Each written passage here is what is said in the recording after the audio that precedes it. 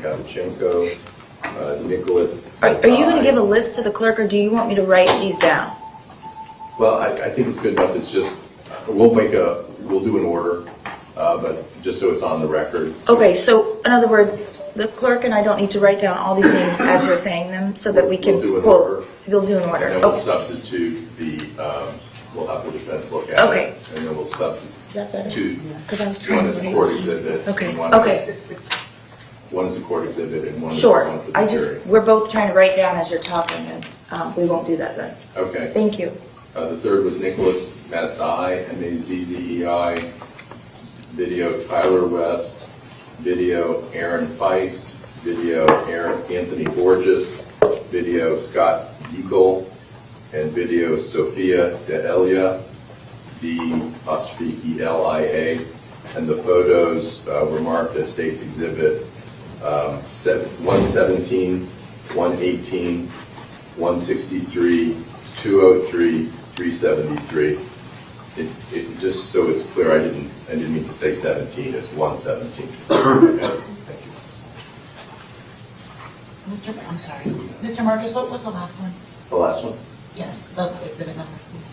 373. Thank you.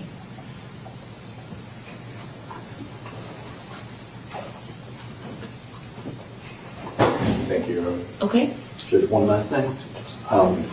At whatever point the state rests, we have a witness that we would like to proffer, whose testimony we'd like to proffer based on the court's orders.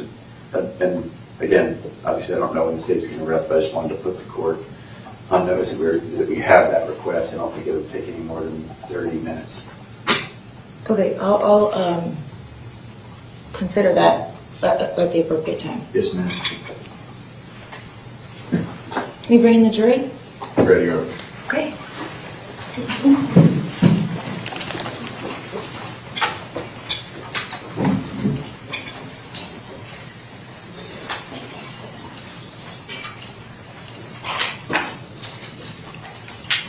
Jurors are entering.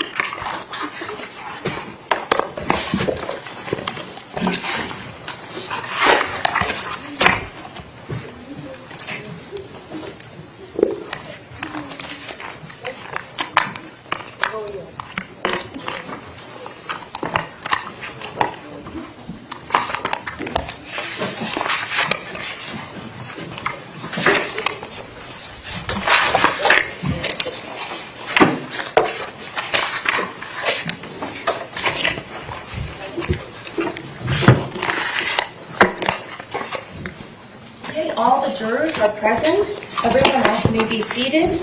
Good morning, everyone. It's nice to see you again. State, whenever you're ready, you may continue.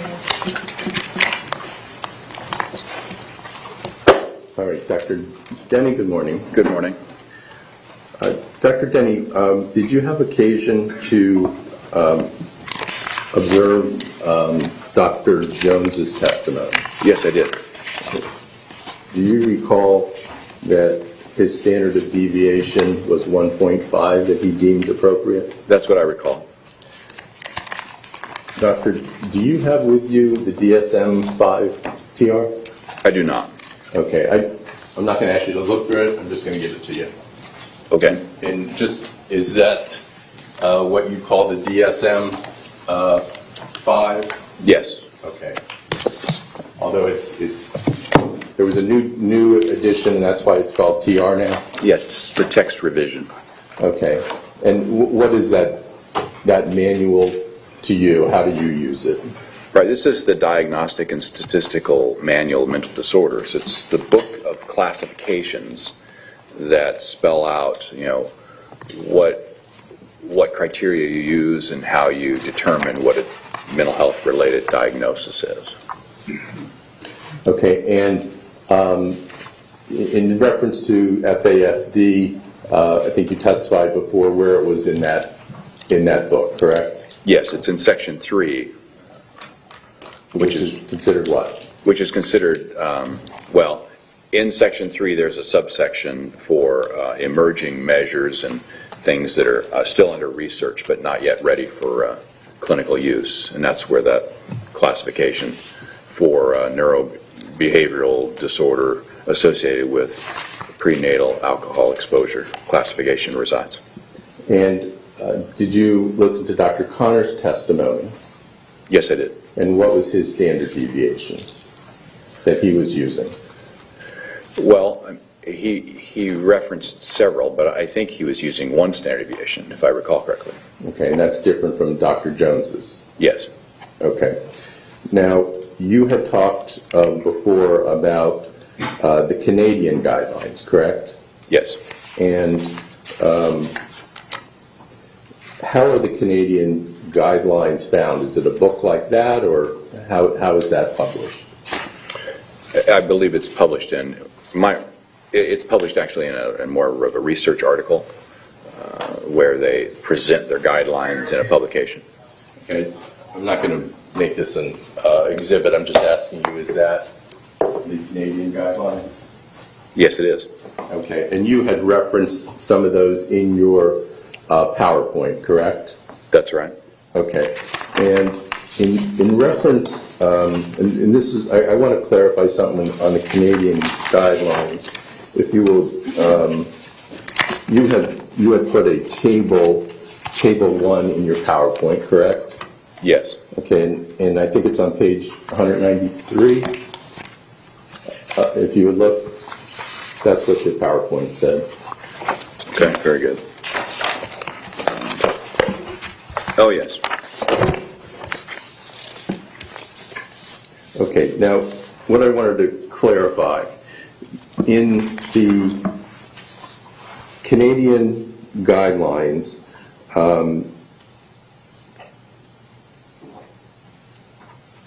excuse me. Now, do they have 2 FSAD guidelines, one for FASD with the sentinel facial features and FASD without the 3 facial features? If you look at 5.1, 1.2.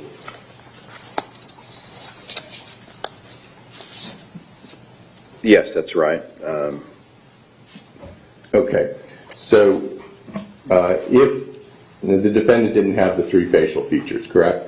That's right. Okay, so if it's FASD without sentinel facial features, what are the requirements if it's without facial features under the Canadian guidelines? Well, you have to have evidence of impairment in 3 or more of the identified neurodevelopmental domains, and obviously confirmation of prenatal alcohol exposure with the estimated dose to be high enough to cause neurodevelopmental abnormalities. Okay, so FASD, it could, the Canadian guidelines, it could be with sentinel features, the 3 facial features, or without it, correct? Yes. And if it's without it, that's, it's agreed, you agree with the defense experts, it's without it, correct? Correct. Without facial features here for the defendant, correct? That's right. Okay, so then it goes to still must have the 3 severe impairments in the domains. Yes, and it directs you to where they are, the severe impairments in the specific domains. Okay. And so did the defendant meet or not meet the Canadian guidelines then? I don't believe he meets these guidelines because he does not have severe impairments in these domains, which go beyond 2 standard deviations. The domains have to be so markedly impaired as to be that far down the scale. And you also had to have discrepancies between scores. Again, it went below the 3% base rate, meaning it's so rare in the normal population that it only that split between the scores only occurs in less than 3% of the population. The data for Mr. Cruz do not meet that criteria. Okay, so going back to standard deviations, Dr. Connor says 1 standard deviation, correct? Yes, Dr. Jones, 1.5 standard deviations. correct. Canadian guidelines, it has to be 2 standard. 2 standard deviations, that's right. Okay. Even if it was 2 standard deviations, does he meet the domains in those functions to qualify for Canadian? No, he did not, his domains did not fall that far down the scale. I don't. The only score that could be considered below 2 standard deviations as far as a domain goes was that visual spatial, and that was based upon 1 score. So it's not really a domain.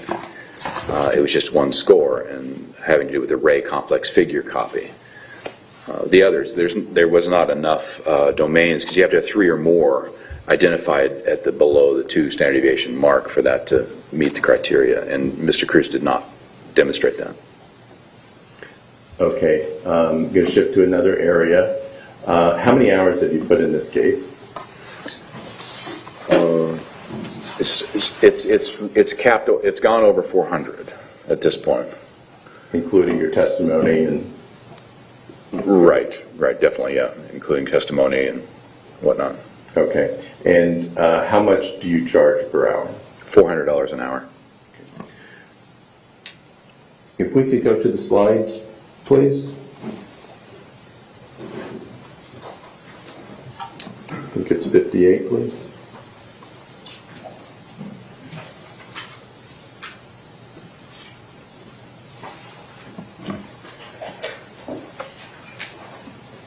Okay, as we move to your conclusions, and I'm sure I heard a collective sigh of relief, even though I didn't hear it, I still heard it. As we move to, but when a lawyer says conclusions, it's not that quick, it's just getting there. So as we get to them now, your diagnostic conclusions. Right. It's my diagnostic conclusion is, first of all, that Mr. Cruz does not have a neurocognitive or neuropsychological disorder. His scores fall in the way they should for somebody who's got a low average IQ. I do not believe he meets the criteria, any of the criteria for fetal alcohol spectrum disorder, including the DSM ND-PAE criteria. I don't believe he meets that either. That's currently, and so my other diagnostic, so that's the key thing there. The other diagnostic conclusion is I believe that he's exaggerating, or more precisely malingering, a mixed area which includes cognitive, memory complaints, and severe psychiatric issues. And it's my opinion that he currently has borderline personality disorder and antisocial personality disorder. Do you also have any opinions regarding the childhood diagnoses that he has or had? Sure. I think the record is very clear that he had an early childhood language-related delay, but over the years through school that caught up. The record is also very clear that he was diagnosed multiple times with attention deficit hyperactivity disorder. I believe that was accurate. However, I believe that that has resolved. Now, as an adult, he does not show signs of attention deficit disorder. In fact, there's test results that specifically contradict that currently. There's a couple different tests, the Connors, a CPT it's called, and a TOBA. Both of them measure focused attention and sustained focused attention over time and freedom from distractibility. He did well on those. He had no difficulties on them. And I would not expect that for somebody who's got a current problem with attention deficit hyperactivity disorder. So I believe that's resolved. I believe the record's clear that he had a severe childhood conduct disorder that started before he was 10 years of age, so it would be childhood onset.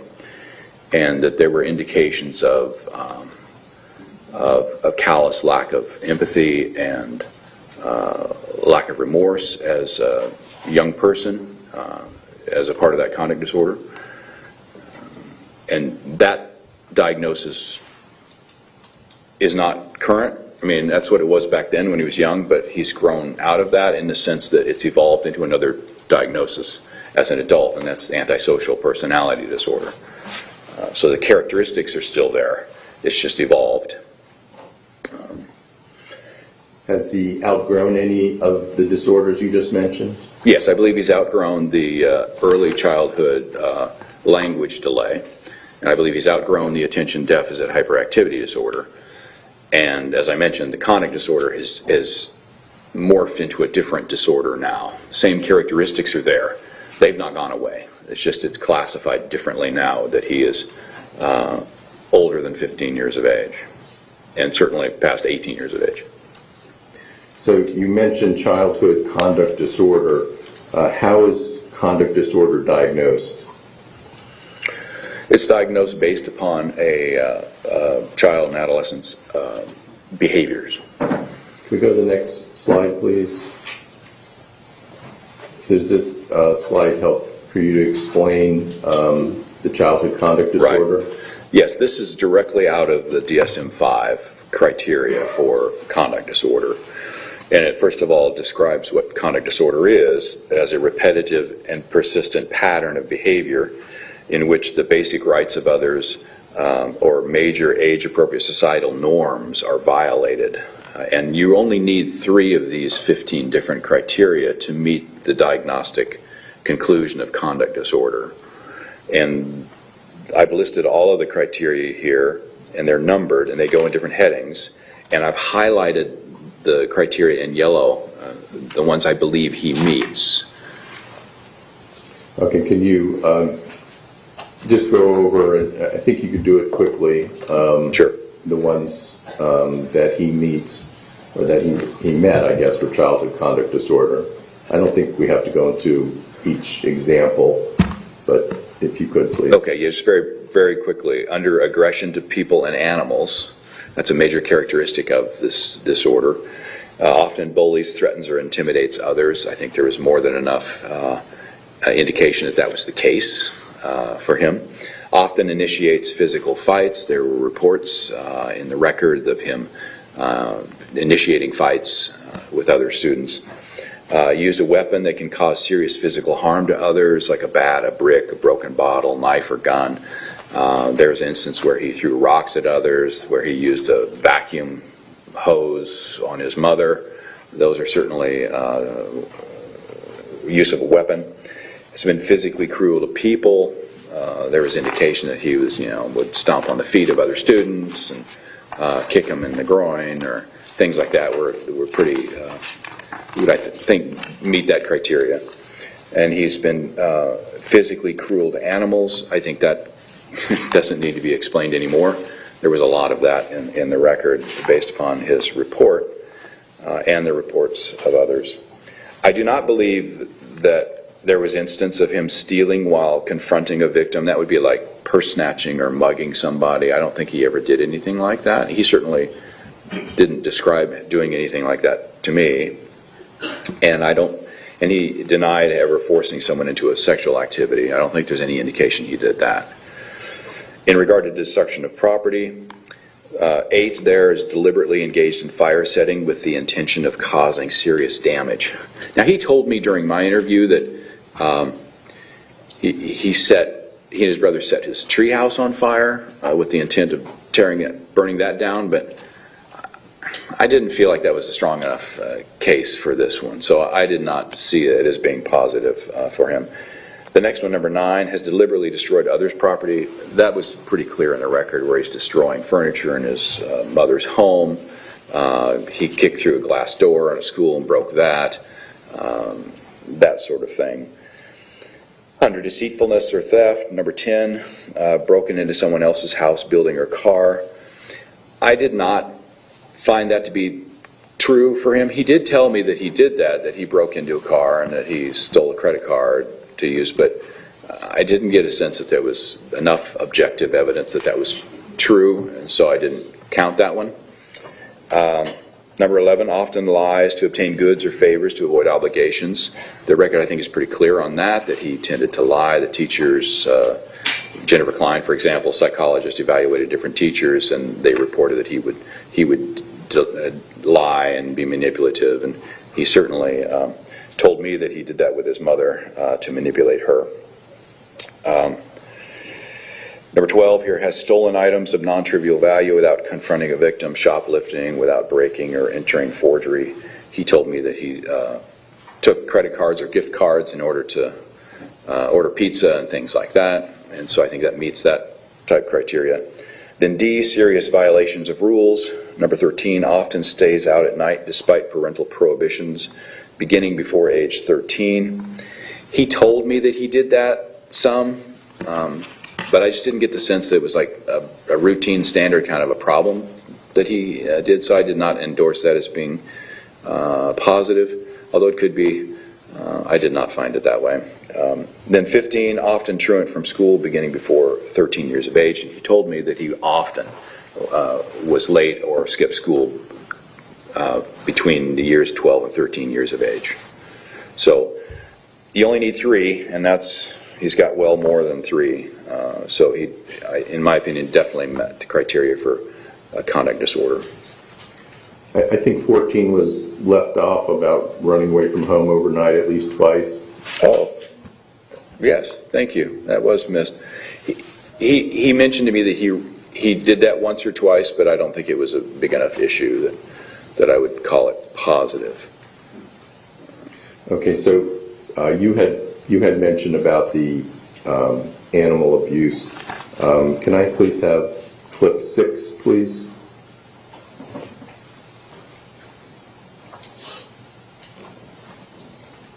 In animals, yes, though, right? Yeah. And I think we've talked about this, so we don't need to get into a litany of it, but just quickly, what are some of the things you did? Let's see. I burned, I tortured them, I skinned them alive, I shot them. What else? I usually play with their dead bodies or I eat them. Okay, and the burning, torture, skinning alive, and all stuff. Any of that before you were 15? Yeah. Yeah, okay. Okay, so that's the basis of your finding as to the animal abuse section of conduct disorder? Yes. If I can have the next slide, please, 60. And I guess we can go to the next one. Okay, so what is your opinion about his current adult diagnoses? Well, as I mentioned, I believe there are 3 of them. Number 1, I do not believe he meets criteria for a neurocognitive disorder. I do not believe he has a neurocognitive disorder. But I do believe that he meets the criteria for malingering, a combined mixed type of malingering, because he's focused on not just neurocognitive related issues, but also physical issues and severe psychiatric issues. They combine together, so you end up with a mixed picture of exaggerating a little bit of everything. And then antisocial personality disorder and borderline personality disorders as well. Okay, if we can go to slide 62. All right, can you explain the borderline personality disorder and how he qualifies for that diagnosis in your opinion? Sure. This is, again, the personality disorders are a pervasive pattern of behaviors that cut across multiple life situations in different contexts. And they're called personality disorders because they are enduring long-term traits, kind of also known as character disorders. These are just the way somebody is. And with borderline personality disorder, it's really this unstable sort of interpersonal relationships. This is listed right from the DSM-5, and you can see it's describing it as a pervasive pattern of instability of interpersonal relationships, self-image, and affects. That's one's presentation of mood. and marked impulsivity, beginning at early adulthood and present in a variety of contexts, as indicated by 5 or more of the following. And this borderline, one of the key aspects of borderline personality is this tendency to flip-flop in your valuation of other people. Like at one moment you may think this person is just the absolute best person in the world. I love this person, they're fantastic. But then something will change and then all of a sudden they switch from 100% positive to the opposite extreme. Now they're just the worst, most loathsome person in the world. And that tendency to flip-flop back and forth is really a problem in social relationships. So number 1 here, frantic efforts to avoid real or imagined abandonment. They have significant problems with the sense of loss of a relationship. They tend to get very enmeshed in the relationship, and then when that relationship falls apart, it really disturbs them. It makes them tend to act out in ways that are inappropriate. I can't help but think of the movie of Fatal Attraction, Meryl Streep's character. Classic kind of borderline personality. So the next one here, I'm sorry. Close. That might have been Glenn Close. Did I say Meryl Streep? I did. I am sorry. I apologize. Sorry, that was like an Glenn impeachment Close. I just did. Pardon me? I impeached you. Just kidding. Okay. No. Okay. Yeah. My apologies. Number 2, a pattern of unstable and intense interpersonal relationships characterized by alternating between extremes of ideation and devaluation. That's exactly what that example gives. 3, identity disturbance, markedly and persistently unstable self-image or sense of self, a lot of doubt. One moment thinking I'm great, another minute I'm doubting my existence and who am I and what am I. One of the things that's striking about borderline personality disorder is that this fluctuates so readily depending on the slightest environmental change.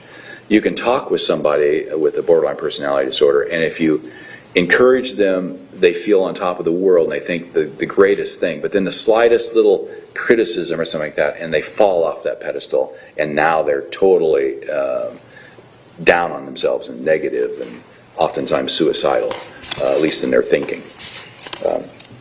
So number 4 here, impulsivity in at least 2 areas that are potentially self-damaging. Individuals with borderline personality disorder often tend to do such things as scratching on themselves or cutting on themselves, and routine suicidal gestures and things like that.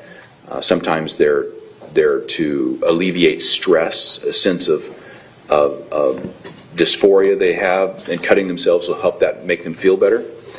Or it can be manipulative to cause somebody else to do something. And again, the image of the sliced wrist with Michael Douglas came to my mind. Number 5, recurrent suicidal behavior, gestures and threats of self-mutilating behavior. That's certainly there. Described that. Affective instability due to marked reactivity of mood. This is where I was mentioning that you can talk, be a little bit encouraging with somebody who's got a borderline personality and they're on top of the world, but then the slightest thing goes wrong in their lives and then all of a sudden they crash down and they're down on themselves and sometimes have to cut themselves or do whatever to try to make themselves feel better. It's a waffling back and forth, and it can happen rapidly. Number 7, chronic feelings of emptiness. I believe that Mr. Cruz meets that, and that's an example of just periods of time where he really didn't feel like he had anywhere to go. He didn't feel good about himself. He didn't think anything was going right for himself, and that sense of who am I and what am I doing in life, that's a common problem with borderline personality. Number 8, I believe he met this as well, inappropriate, intense anger or difficulty controlling his anger. When things don't go exactly right, these individuals oftentimes react in a aggressive manner, and have difficulty controlling their instant hot anger. And then number 9 here, transient stress-related paranoid ideation or severe dissociative symptoms. I do not believe Mr. Cruz met that criteria. That's a really particularly severe part that occurs with borderline personality occasionally, where people will get so overwhelmed that they tend to dissociate and separate themselves in their mind from their body in a way. You know, it's like almost like an out-of-body experience, or they'll have fleeting psychotic things. I don't think there's anything in the evidence, in the record, that Mr. Cruz ever had anything like that. But you only need a few of these, and he met most all of them.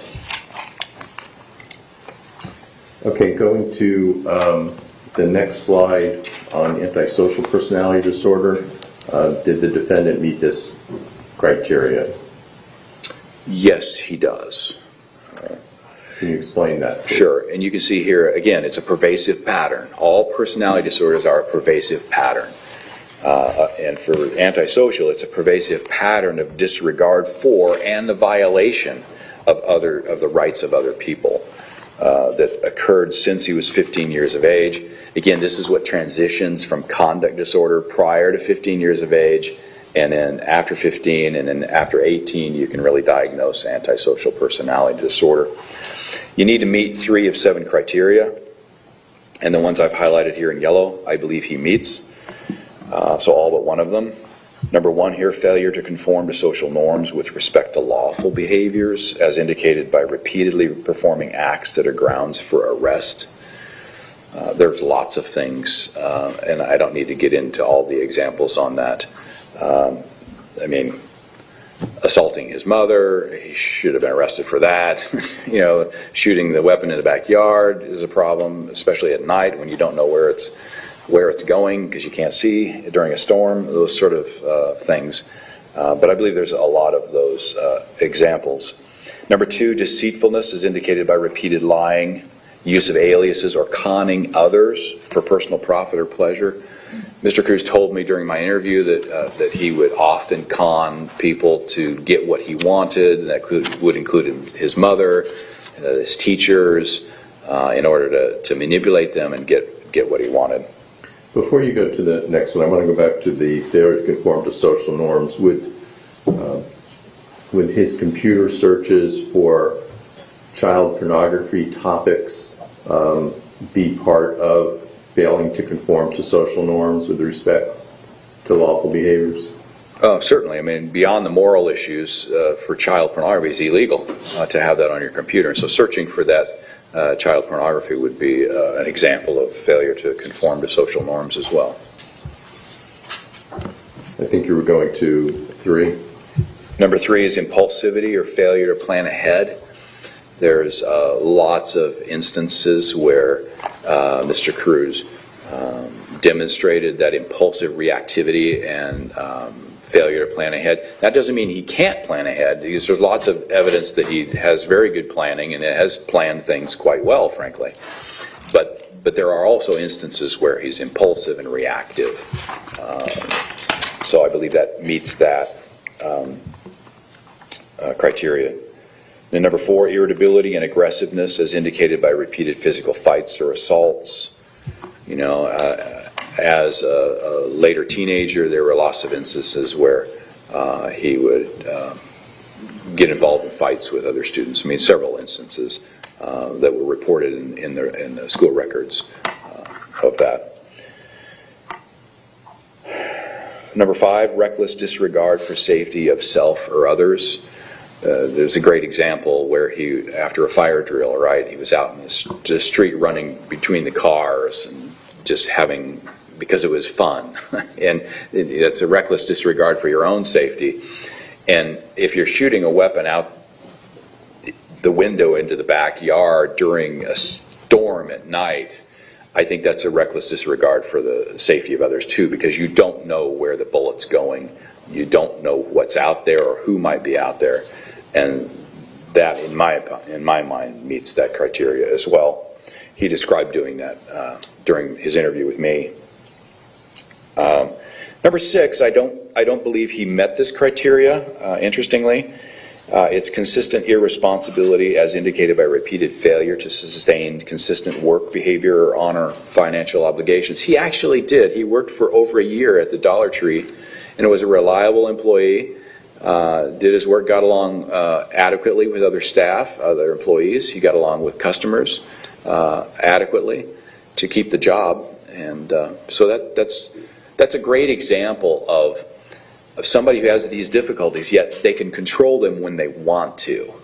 They can control them when they see the benefit to themselves. And that's one aspect of the antisocial personality disorder, is that they will do things that violate the rights of others, but they can control it. They can choose not to do that under certain circumstances if it serves them for something else. But they don't do that because of somebody else's benefit. They do that because of their own benefit. And then the last one, number 7, lack of remorse as indicated by being indifferent to or rationalizing having hurt, mistreated, or stolen from another. Again, I think the best example of that is where he physically assaulted his mother, but then he posted on social media, that she was a dumb bee, and he did it in such a way to suggest he's kind of proud of actually doing that. For me, that indicates a lack of remorse for harming somebody else. Doctor, have you seen many people with antisocial personality disorder and borderline personality disorder? I have. Because I worked at the U.S. Medical Center for 21 years, and this is a maximum security prison hospital for male prisoners in the Federal Bureau of Prisons. I saw a lot of antisocial personality disorder, as you can imagine, but I also saw a surprisingly amount of combination of antisocial personality disorder and borderline personality disorder. That's where you're typically going to see this combination, is in maximum security prisons, more often, at least with males, more often than in the community, because this is where they typically end up, one way or another.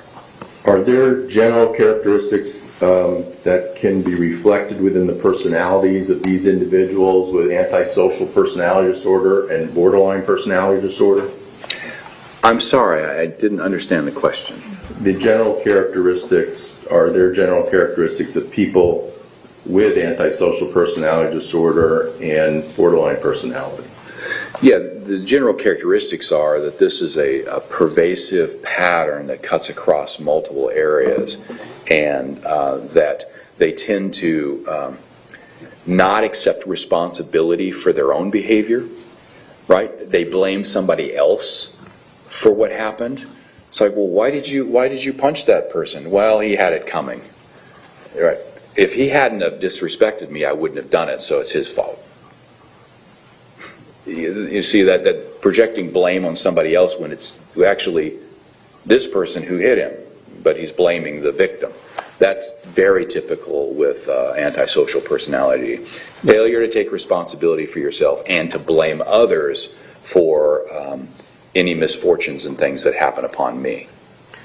Let me ask you, would an example of this shifting blame or not taking responsibility be, if Mom had lived, I wouldn't have done this? Oh, right, yeah, exactly. Yeah. If someone had loved me more, would that be an example of shifting blame and not taking responsibility? Exactly. If someone didn't give me a nasty look, I wouldn't have gone back and shot them again and killed them. Is that an example of him shifting blame, not taking responsibility? That's a perfect example of what you see with antisocial personality disorder.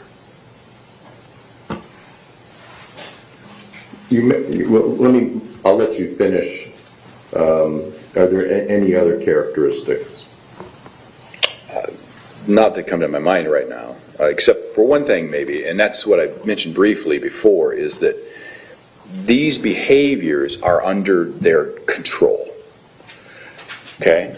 So if it serves, and I keep using the first person here because it's the easiest way to explain it. If it serves my interests, I'll wait and not do this behavior right now because then I'm conning them into something bigger, right? I can then get them with something that's better down the road. Or if a police officer is standing on the corner, then I'm not going to do this because I don't want to cause a problem. But once that police officer is gone, then I, as an antisocial personality disorder, feel perfectly free to do what I want to do.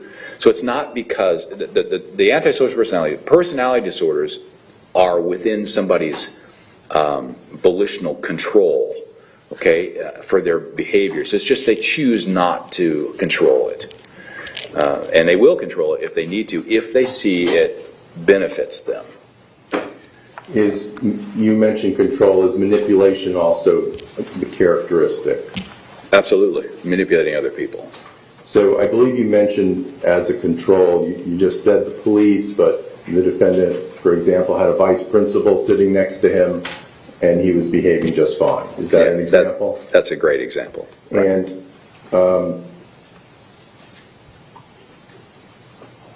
are you aware of Scarlett Lewis meeting with the defendant or speaking with the defendant? She's the mother of a 6-year-old boy who was brutally murdered in the Sandy Hook, Newtown, Connecticut mass murder that happened almost 10 years ago. Yes, I am familiar with, yes. You're familiar with that visitation? I'm familiar with the visiting, yes. Where the defendant behaved himself very well with her? Yes. And that... Your Honor, do you object to leading, please? Overruled. Was there...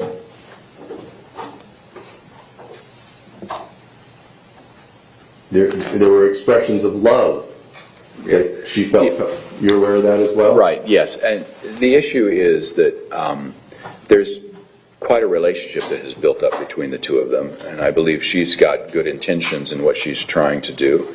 And I think this is a great example of Mr. Cruz presenting one way to somebody because it serves his purpose. But he would not necessarily act that way in a different situation. And so that's an example of the kind of conning manipulativeness of antisocial personality disorder individuals. I was shocked at how often antisocial personality disorder people in prison were able to get women to want to marry them even. And things like that. It's just really striking, and it's because they're very manipulative.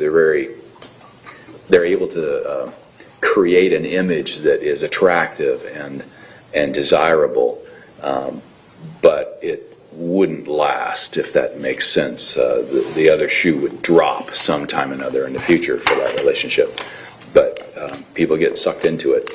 So Dr. Denny, you're aware that her little boy was one of 26 or 7-year-olds who were killed in a school shooting, correct? Yes. And so he talks to her in a very nice way, correct? Yes. And then he goes back to his cell, and what does he write? May I have the overhead please up?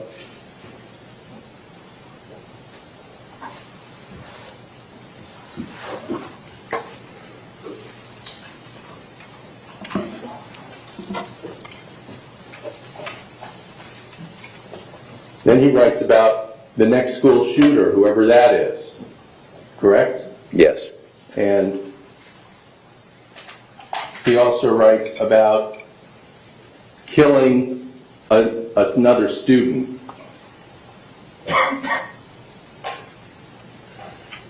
Correct? Yes. Yes.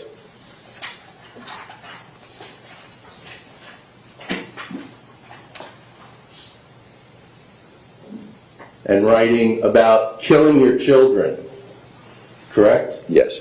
Okay, I'm going to sustain the objection as to leading, Mr. Marcus. You need to ask open-ended questions, please.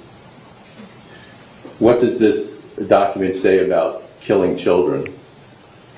Of blood and death to kill your children.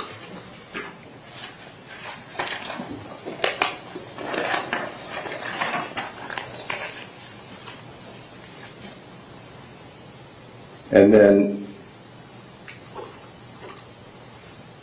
what does this document say about another mass shooting? Can you read it in the middle?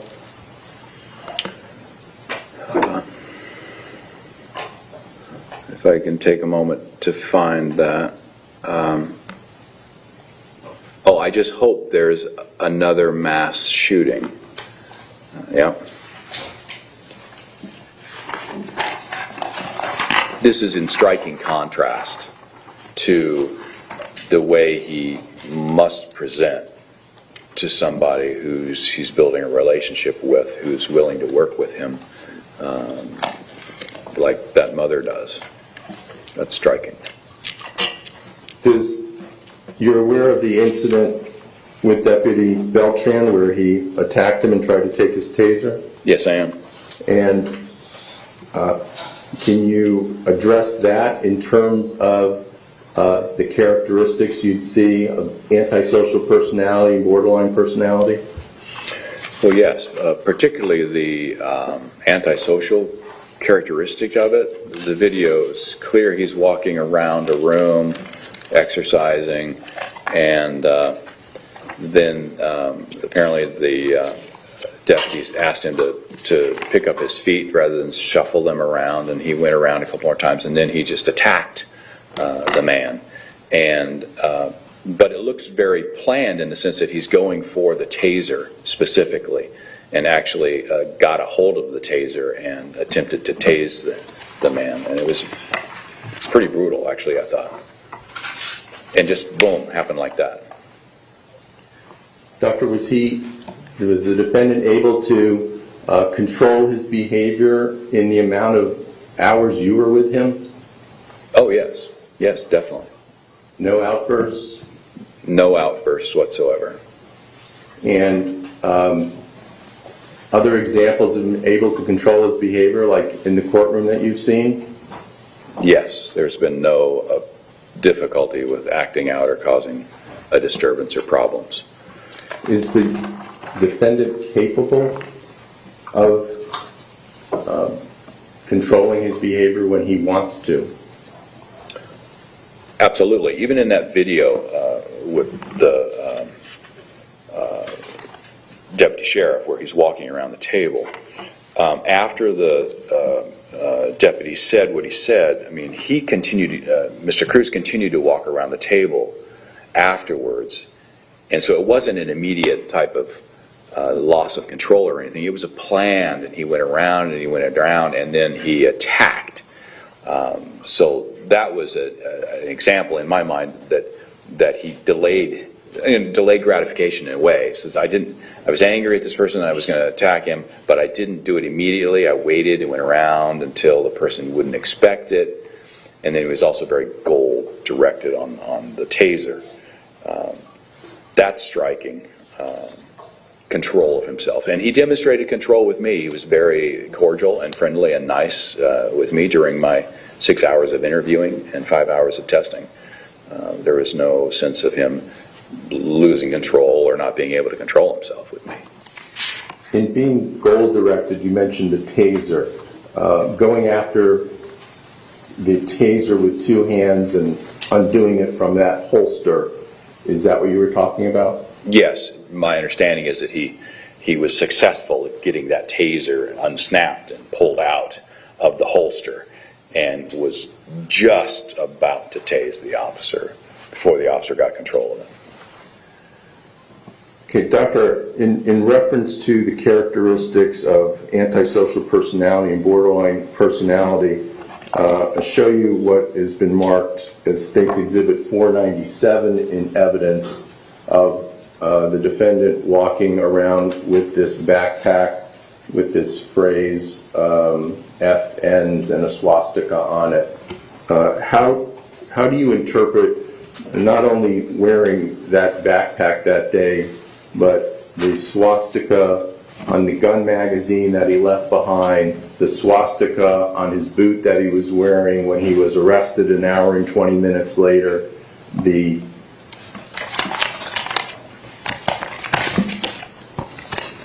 swastikas on the jail drawings, for the record, record. That was State's Exhibit 494, and all the other jail drawings with 494. How do those react? How do those relate to those two personality disorders? Well, they, again, one of the core aspects of antisocial personality is the disregard of the rights of others, right, and the violation of rights of others.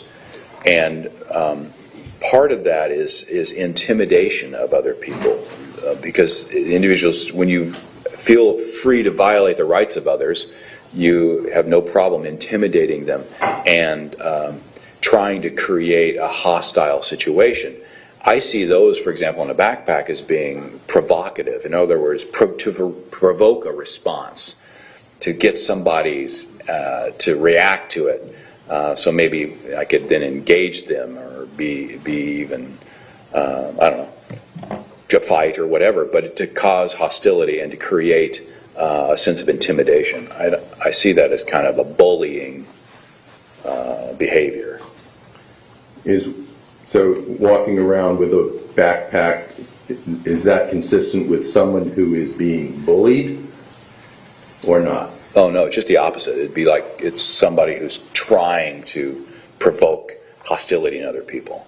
That's the opposite of being bullied. It's, in my mind, abusive to other people. Inappropriate, certainly. Okay. We've talked about the personality disorders. Are those two personality disorders, antisocial personality, borderline personality, are they considered a severe mental health disorder or disease? No, they're not. They are in the DSM, but there is a large difference between a mental disease or defect that we think of in terms of like schizophrenia or bipolar disorder or a delusional disorder or something like that. Those conditions occur for somebody and are not controllable. The person who has a delusional disorder about something like there's a satellite system that if I can just get into this building, the control panel is in there and I can control the satellite system and it turns back time. You know, so I kill people to get into that center, but it's okay because I can turn back time and they'll come back to life.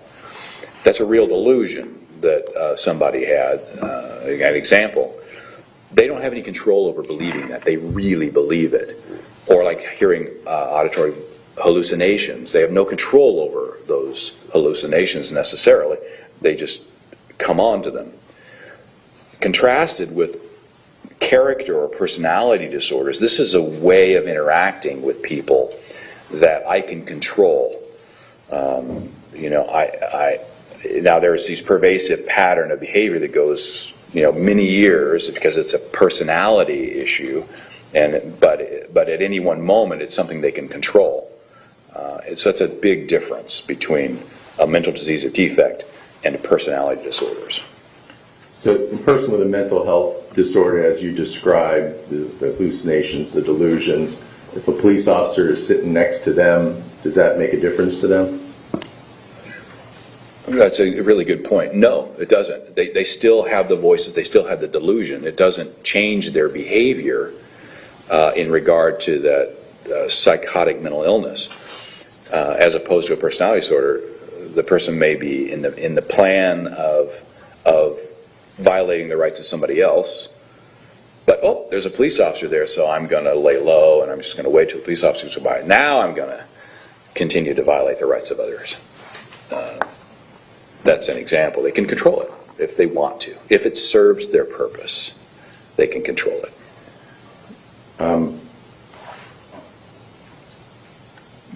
A person, as you described, with these two personality disorders, do they care about themselves or not?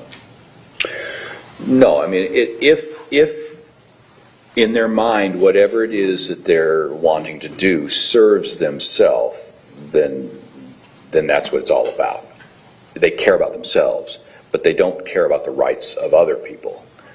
And if it will serve me having this disorder to steal your money, then I'm fine with that, because you weren't smart enough to keep me from stealing it from you. See, I blame you, and I take the money. That's a personality disorder. Okay, as an example of that, may we have clip D9, please?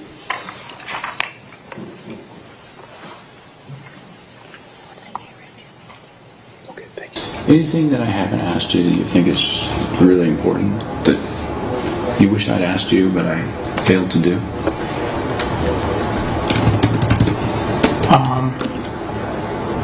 Do you think would be really important for me to know? Let me think.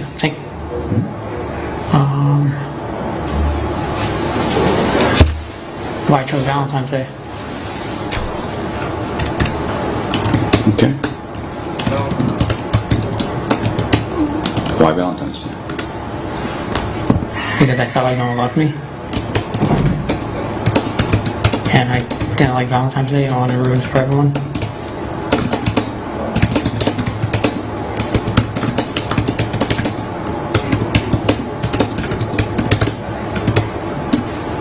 Okay, ruin it for everyone? You mean like the family members of the kids that were killed? No. For school. Oh, for the school. Yeah. Oh, okay. So it's like an attack against Stoneman Douglas. Basically, yes. Stoneman Douglas, all right.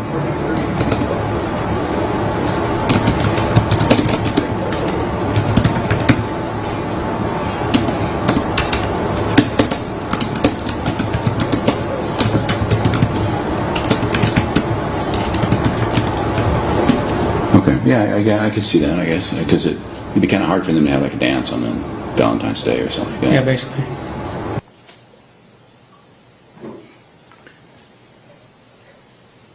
Does the, in relation to other evidence that you reviewed, such as the cell phone videos and the social media, is there, may have an opinion regarding that as it relates to antisocial personality and borderline personality disorder? I think that sentiment he gave right there is a really good example of the blend between the borderline personality and the antisocial. Because I hurt and I feel bad about myself, I want everyone to hurt, and I want them to always hurt. That's pretty extreme and a pretty clear example of the antisocial characteristic being packaged in the borderline emotional, I'm not just going to hurt you because it serves me, I'm going to hurt you because I want you to hurt. And that, I mean, that's pretty intense. Doctor, does FASD explain the detailed planning of the massacre by the defendant? No. Does FASD explain the animal abuse? No. Does FASD explain his racist desires to kill black people? No. Does FASD explain his hatred of women? No. Does FASD explain his searching for child pornography? No. Does FASD explain his desire to ruin Valentine's Day for the school and everyone associated with this massacre? No, not at all. Does FASD explain his continuing fascination with swastikas from before the shooting, during the shooting, and even in his jail cell? No. Does FASD explain the jail attack on Deputy Beltran where he tried to take his taser from him? No. Does FASD explain his hitting his own mother? No. Does FASD explain his fascination with fire setting? No. Does FASD explain the attempted murders of everyone he tried to kill inside the MSD building, the 1200 building? No, not at all. Does FASD explain the attempted murders of everyone he tried to kill that was outside the building when he was on the 3rd floor? No. Does FASD explain the murder of Gina? No. Does FASD explain the murder of Luke? No. Does FASD explain the murder of Martin? No.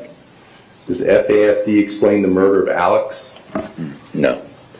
Does FASD explain the murder of Carmen? No. Does FASD explain the murder of Helena? No. Does FASD explain the murder of Nick Dorette? No.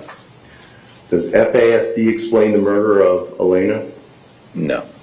Does FASD explain the murder of Alyssa? No. Does FASD explain the murder of Christopher? No. Does FASD explain the murder of Aaron? No.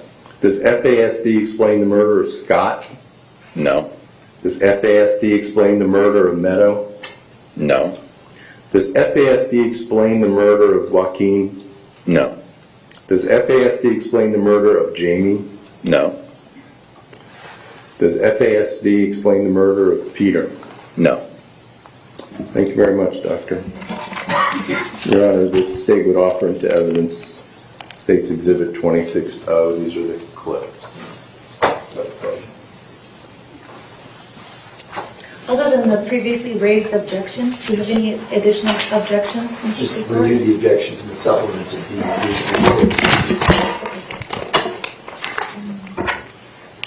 Okay, over the defense objection, 26O will be received as 498.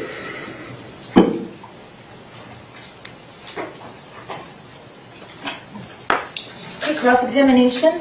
Move the quick sidebar, please. Sure. And Mr. Secor, I'm going to let you go for about an hour and a half, and then if you're still going, I'm going to stop you and take a lunch break. Yes, ma'am. Okay?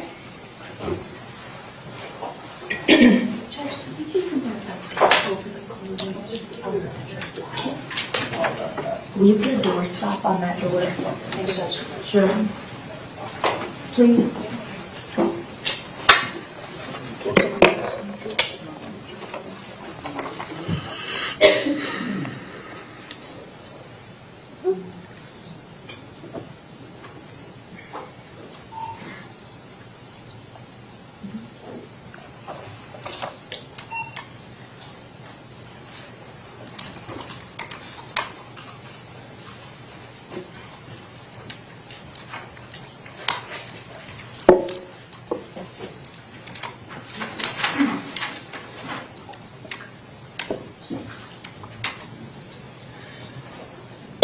Excuse me.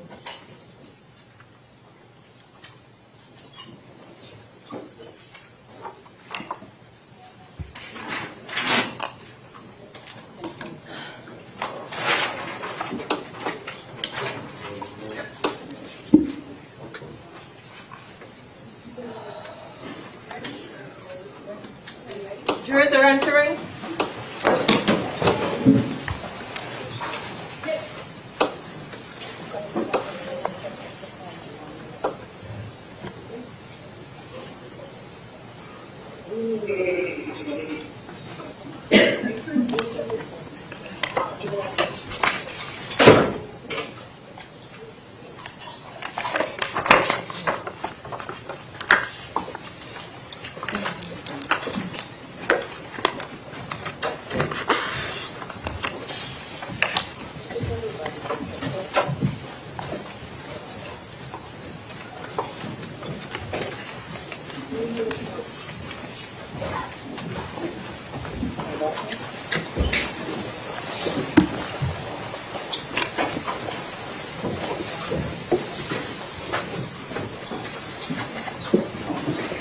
Okay, the jurors are present. Everyone else may be seated. Ladies and gentlemen, the defense is going to do their cross-examination. I know you're probably looking at me like, why am I so close to my friend here? But the only place that we could figure out to put this tripod here is right there, so that everybody can see it, including myself and all of the lawyers and all of you. So Mr. Secor is going to walk just past you. He promises no more than 2 times, and then we'll put it away and you can have your space. Okay? Thank you. Whenever you're ready. Thank you, I appreciate it. Good morning, Dr. Denny. Good morning. How are you, sir? I'm well, thank you. I just wanted to speak to you briefly about the CDC guidelines for fetal alcohol syndrome published in 2004 that you spoke to Mr. Marcus about, okay? Yes. Your Honor, may I approach? You may. Thank you. And I just wanted to use this board to just make something clear that I think is very important. But again, we're talking about the CDC guidelines from 2004. That's when they were published, right? Yes. And those guidelines apply exclusively to a diagnosis of fetal alcohol syndrome, right? Correct, that's right. Yeah. And we know Nick does not have fetal alcohol syndrome, right? Right, they referenced ARND, but said there was not enough scientific evidence to support its inclusion. Yes, sir, I understand. But just for purposes of what the criteria for fetal alcohol syndrome, because that's what the guidelines were for, to create very specific criteria for fetal alcohol syndrome, right? Yes. Okay. And those three criteria, the first one are the facial features, right? Yes. And in order for a person to be diagnosed with fetal alcohol syndrome, you have to have all three of the facial features, right? That's correct. Okay. And then the second criteria under the CDC will pertain to documentation of growth deficiencies, right? Yes. Okay. And then the third one, the third criteria for fetal alcohol syndrome is what the CDC referred to as CNS abnormalities, right? Correct. And is it safe to say that's brain abnormalities, functional brain issues? That's right. That's right. So I'm just going to put brain here just so that we understand what that is. And so in order for a person to be diagnosed with fetal alcohol syndrome, as we said, they have to have all three of these to be met for that diagnosis of fetal alcohol syndrome, right? Right. But in the guidelines that were published in 2004, they specifically addressed, right after they listed those criteria that we just talked about, hopefully that'll come up on the screen.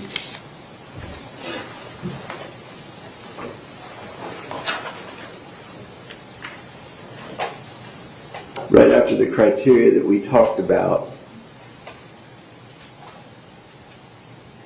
there was this section here entitled Individuals Who Do Not Meet the Full Diagnostic Criteria for FAS. So this is the CDC speaking in 2004.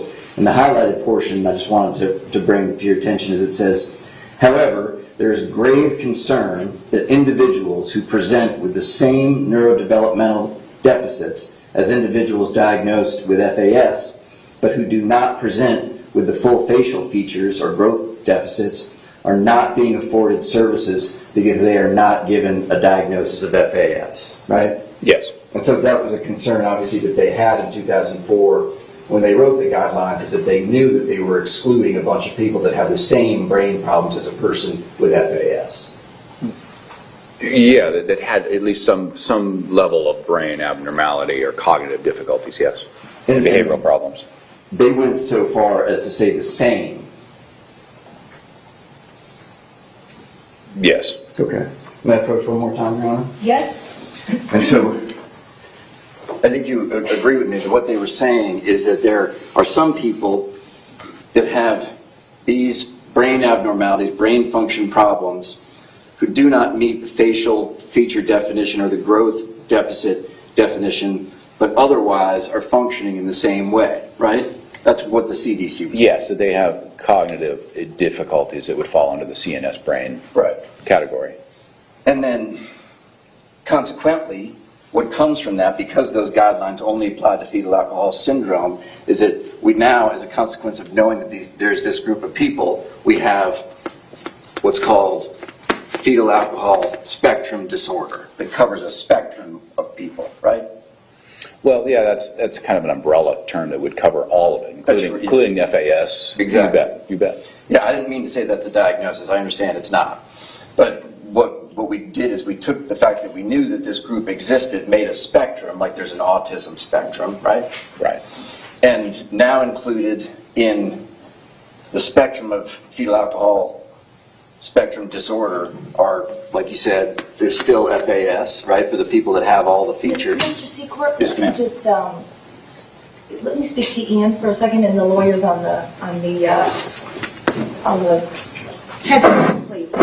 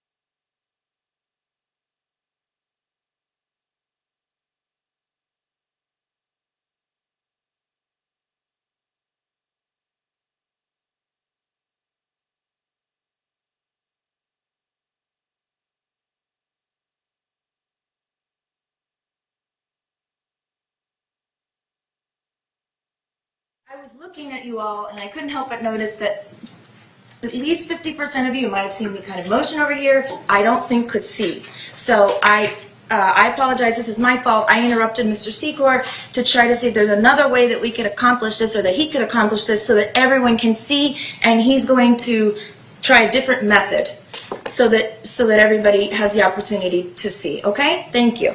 Go ahead whenever you're ready. Thank you, ma'am. I'm just going to take this down and write something on the piece of paper over there.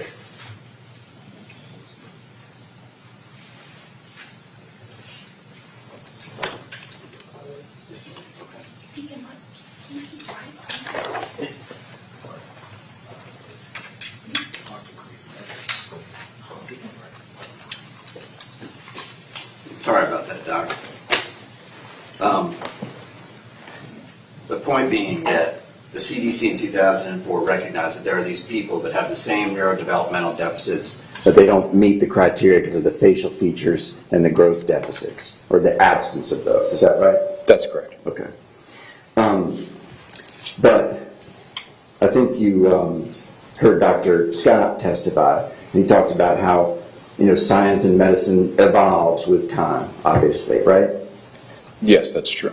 And whenever we know better, we're able to do better. Is that fair to say? Yes, hopefully. Yeah, hopefully. And so now, in 2022, I don't know if everybody can see that or not. The CDC recognizes the umbrella that we talked about, right? Objection, please. Okay, let me speak to the lawyers.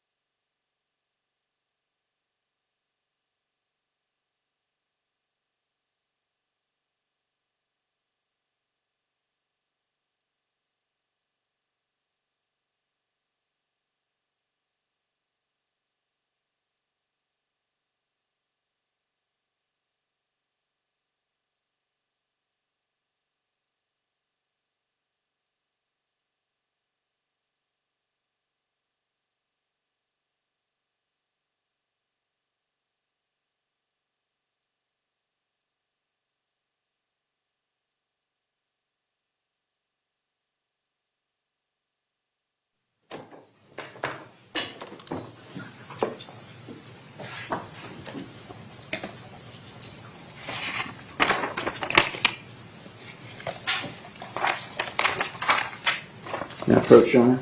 You may. Dr. Denny, I just wanted to show you the document I was looking at there and just ask you if you just look at it and review it and tell me if you recognize it.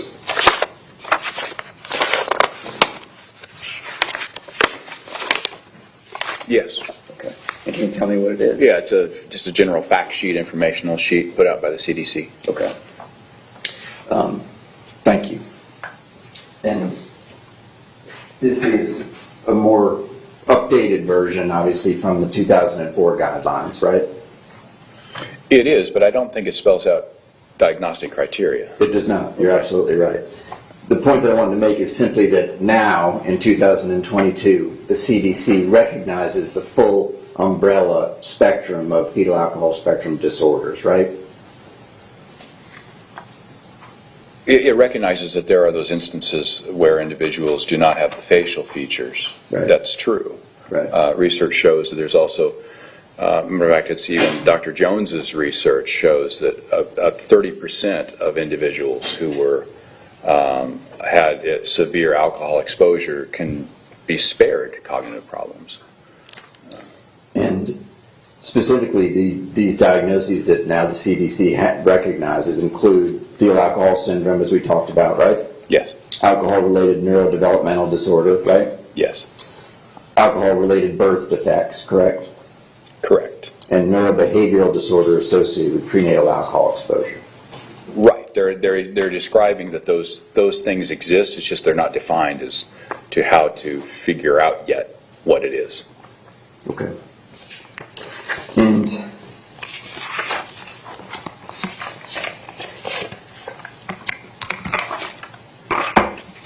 you're going to approach again with the document, please.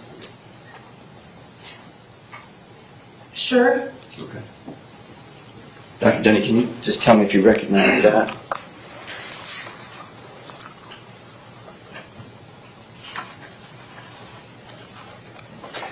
I can see what it is. I have never seen it before. Okay.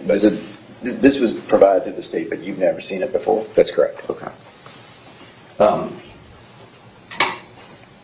It is a document that was created around the same time as the CDC guidelines of 2004, the year after, by the Florida Department of Education.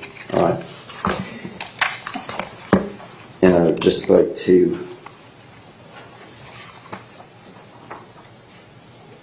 show you this one page, if I may, Your Honor. Okay. If you could just review that section there, beginning with that heading.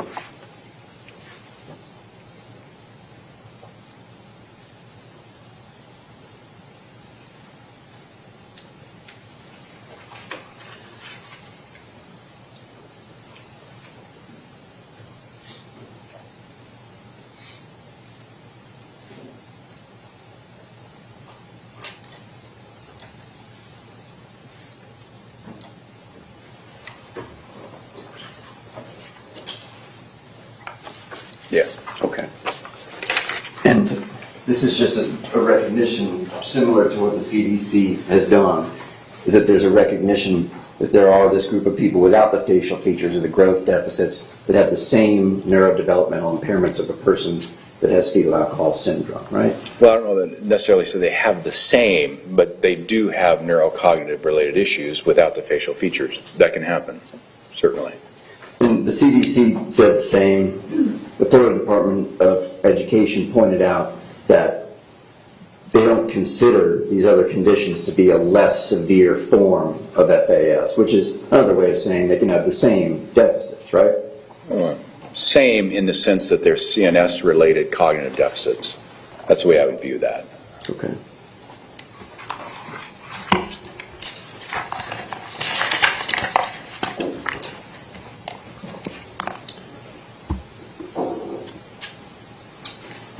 All right.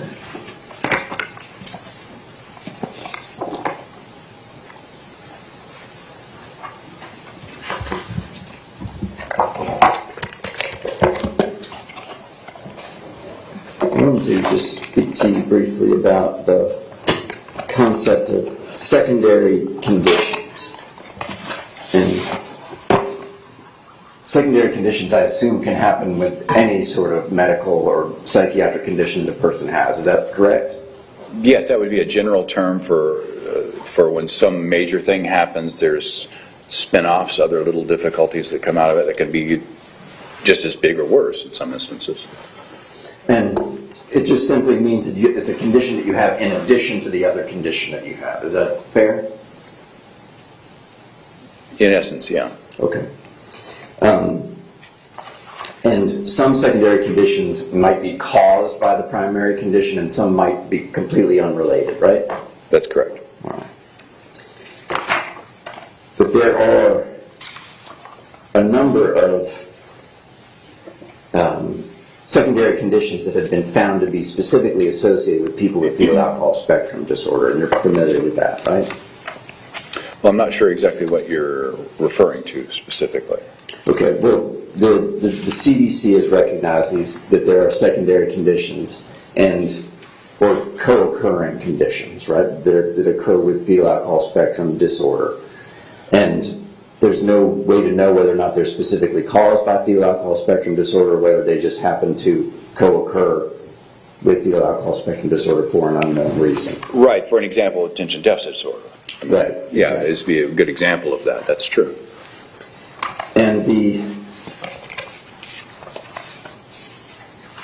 CDC, as part of those guidelines in 2004, recognized the existence of those secondary conditions, right? I believe so. And I just wanted to go through some of them because you reviewed all of Nick's records in this case, right? Yes. Okay. And so some of these co-occurring conditions that oftentimes appear in a person that has a fetal alcohol spectrum disorder is ADHD, right? Correct. They can occur, but it doesn't necessarily mean it's due to the fetal alcoholism. And that was identified in Nick by Dr. Marcus, right? Yes. And by Dr. Karp, Yes. and by Dr. Negan, Yes. and by Dr. Ortiz, Yes. and by Dr. Weisblatt, right? Yes. Okay. And another one that commonly occurs with fetal alcohol spectrum disorder is oppositional defiant disorder, right? Yes, that can also co-occur. And that was identified at various points in Nick's life by Dr. Marcus, right? Yes. And Dr. Ortiz, Yes. and also by Dr. Scott. Yes, I think there's clearly signs of oppositional defiant disorder for Mr. Cruz during the early years before it blossomed into conduct disorder. So that would include you as well, you and Dr. Scott and Dr. Ortiz and Dr. Marcus, right, for oppositional defiant disorder. Sure, I think he could have met that. Okay. And another one is that commonly occurs with fetal alcohol spectrum disorder is reactive attachment disorder. Okay. And that was identified by a social worker by the name of Rona Kelly when Nick was at Cross Creek in his records. Do you remember seeing that? I do. Okay. And the next one on the list is learning disability. And I assume you agree that Nick certainly, there's indications of learning disability throughout his life, right? Yes, during his early years particularly, until he caught up with his general level of cognitive functioning. And then another thing that's on this list of secondary conditions with fetal alcohol spectrum disorder is speech and language delays, including receptive language delays, right?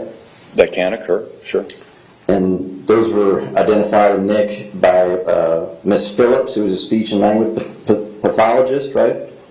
Yes, I believe so. As well as by a Miss Maza, who was a speech and language pathologist for the Broward School Board. Yes, early in his elementary career. Yes, sir. And then another one on the list of common co-occurring conditions is pervasive developmental delay. And you know that that was identified by Dr. Negan in various records, right? Well, it was pervasive developmental disorder, and I think it was raised as a question, but later ruled out. And also by Dr. Ortiz in the same way, right? Yeah, raised as a possible concern. And strangely enough, the term rule out does not mean that it was ruled out, right? Well, in this instance, I believe it was ruled out. But you're right, just rule out means this looks like it might be here, we need to rule it out. But if you look through the medical records, later entries show that PD or pervasive developmental disorder concern fell off the record, which means they ruled it out. But the point I was just trying to make is that when a doctor writes rule out, they're not ruling it out. They are saying that at the current time they can't rule it out, right? No, they're actually raising the concern. Right, okay. And then the proper procedure would be that they do at some point officially actually rule it out. Put it in the record that it has been actually ruled out as opposed to just raised as a concern. Well, that would be nice if they would, like cross the T's and button it up right by saying this has been ruled out. But if it just falls off the record, that means they no longer see it as a concern. Next one on the list of co-occurring conditions with fetal alcohol spectrum disorder is conduct disorder. And that was identified by, I think it was Jared Bienfeld from Henderson, right? I don't recall that name, but I know the Henderson records Yes, sir. suggest that, sure. Okay. And also conduct disorder was identified by Dr. Weisblatt. Yes. And obviously also by both you and Dr. Scott, right? Correct. All right. And then next on the list of secondary conditions is borderline personality disorder. And I would certainly apply to your testimony and Dr. Scott's as well, based on your evaluations, right? Right. That can co-occur. It doesn't necessarily mean that the borderline personality disorder is due to the fetal alcohol exposure. Right, and I'm not suggesting that it does. I'm just saying these are the commonly found co-occurring conditions and also commonly misdiagnosed conditions. So you're right, there's no necessarily cause and effect between the two, right? Right. Sometimes that's a little difficult to determine. Sure. Yeah, you don't know. And the next one on the list is antisocial personality disorder, which, again, based on your testimony and Dr. Scott's testimony, that certainly is now in NIC's records, right? Yeah, it's definitely the situation now. Okay. Whether or not it is due to fetal alcohol syndrome is another question.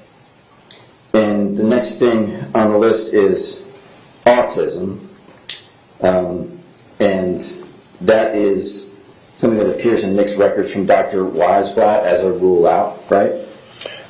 Yes, and as a rule out, just to remind you, a rule out means I have some concern that this might be a possibility. It doesn't mean that it exists or that it's present. It just means I need to rule this out.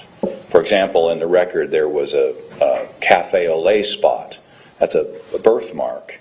And so the doctor said, I need to rule out neurofibromatosis, which he didn't have, but it just raises the concern. The doctor thought, okay, I need to check this out and make sure it's not there. So simply because something is raised as a rule out doesn't mean that it's present. And I appreciate you making that distinction, because I'm not trying to suggest that all these things exist in their entirety, checking every box in NIC's records. The point that I'm making is these are all things that appear in NIC's record throughout his entire life. Is that fair to say? Well, they happen at different times. Right, but okay. I'm talking the beginning at a very young age, particularly with ADHD, right? Yes, Okay. right. And going back to autism, as you said, Dr. Weisblatt had that as a rule out when he evaluated NIC for purposes of Social Security benefits, right? Yeah, I think it's a she, but yes. Yeah, I did that. I'm sorry. Yes, that was a question. Okay. And Dr. Kravitz testified that Nick has autistic features, but not enough for a diagnosis of autism, right? Right, there were some characteristics that could make you think of autism, but they don't meet the criteria. And when we talked during deposition, even you agreed that you think Nick does have some autistic features, but definitely not enough for him to be diagnosed, right? Right, there are some characteristics that are overlapping, but not enough to meet the diagnosis.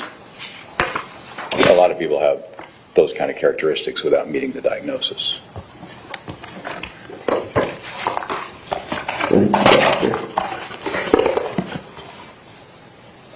I wanted to just speak to you briefly about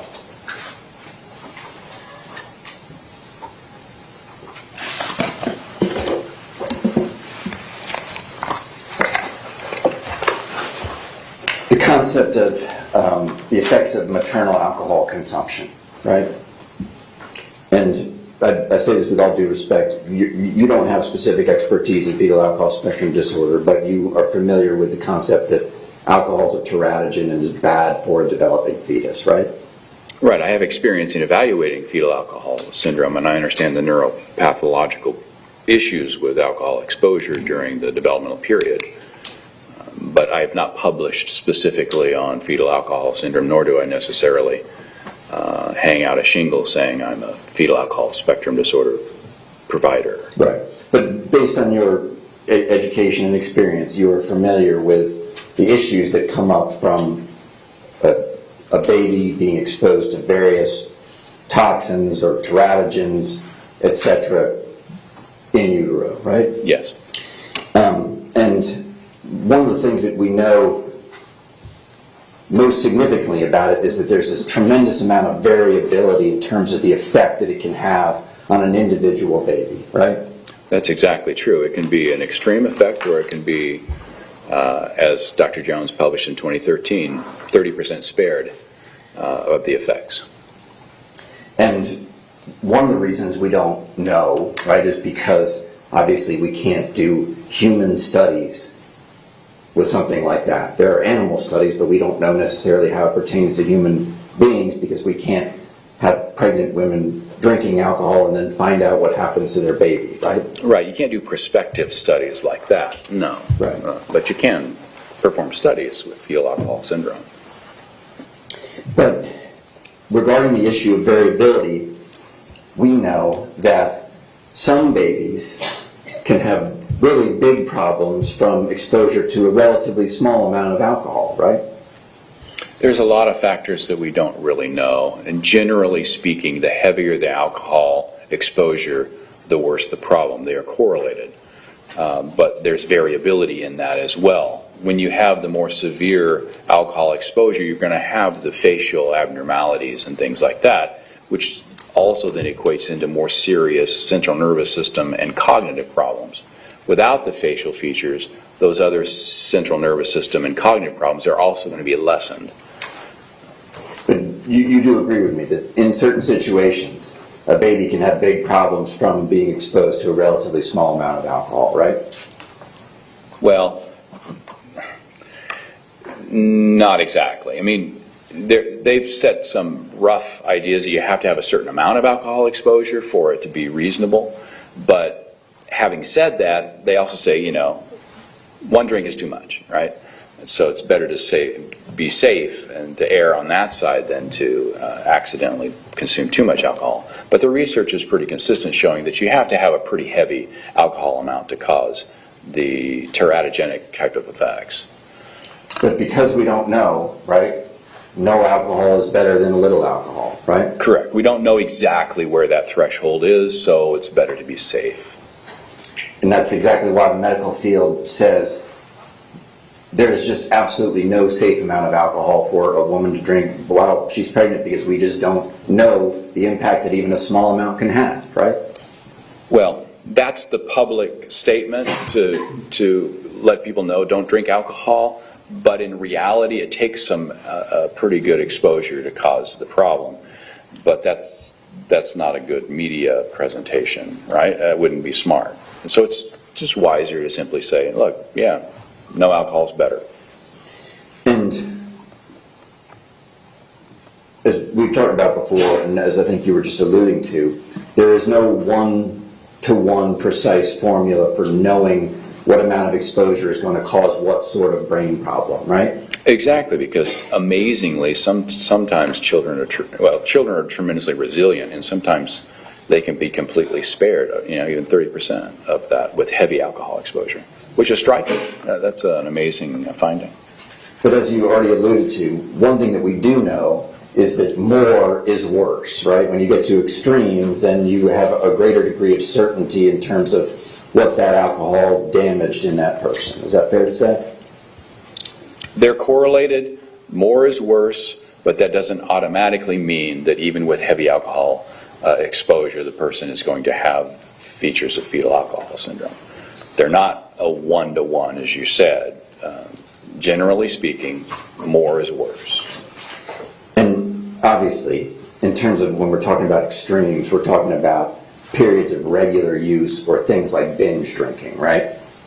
Right. Those binge drinking particularly is more of a difficult, more of a problem.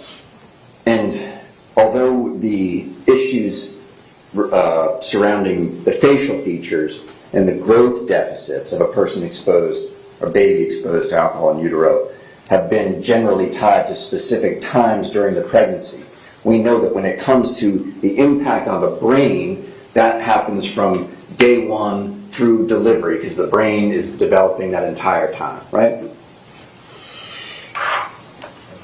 Well, I wouldn't say day one. Early on, but not day one. The development of the brain is actually occurring a little bit later. I mean, but aspects of it are starting to get in place early on. Right, the cells coming together to create the brain, right?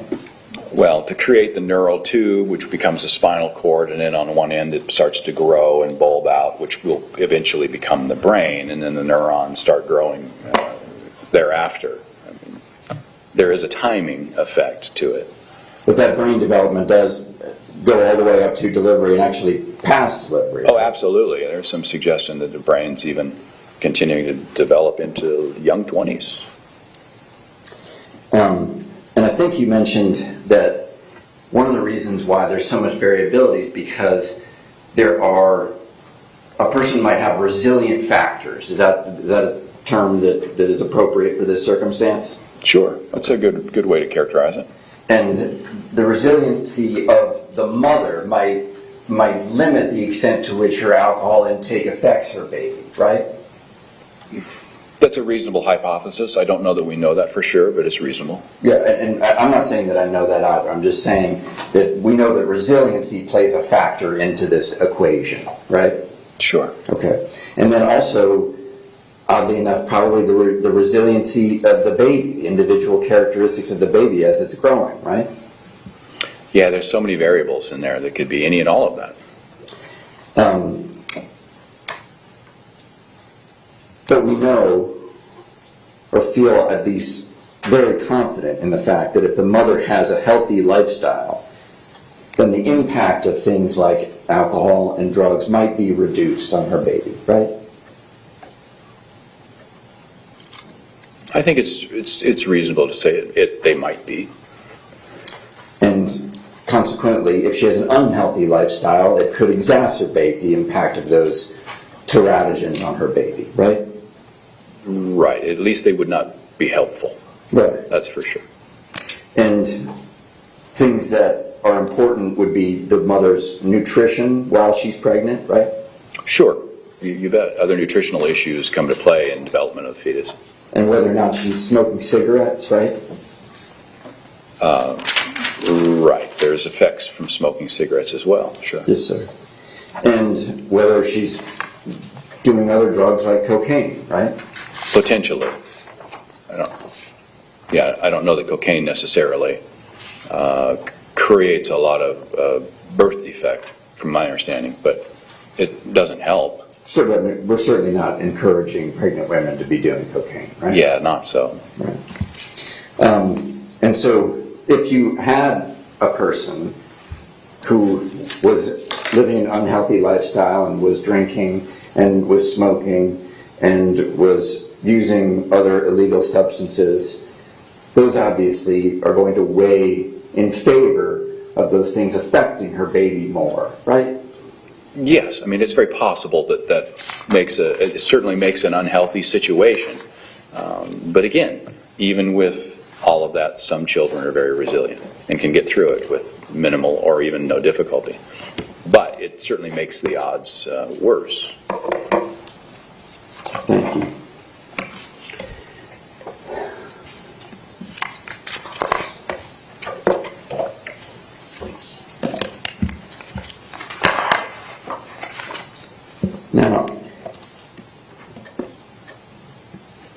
I understand the opinion that you've rendered here today, right? And I understand, I'm not here to try to get you to deviate from your opinion.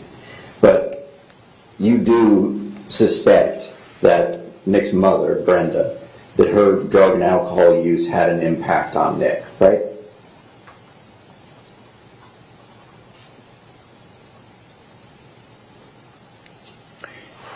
I guess I don't know. I mean, suspect may be a fair word, but I don't know that there's clear evidence that it did. And the only reason why I use the word suspect is because when we talked in the past, that was the word that you used. I'm not trying to put words in your mouth. But when we were talking about all these things that were going on in Brenda's life when she was pregnant, it was you that said that you suspected that Nick was affected by those things.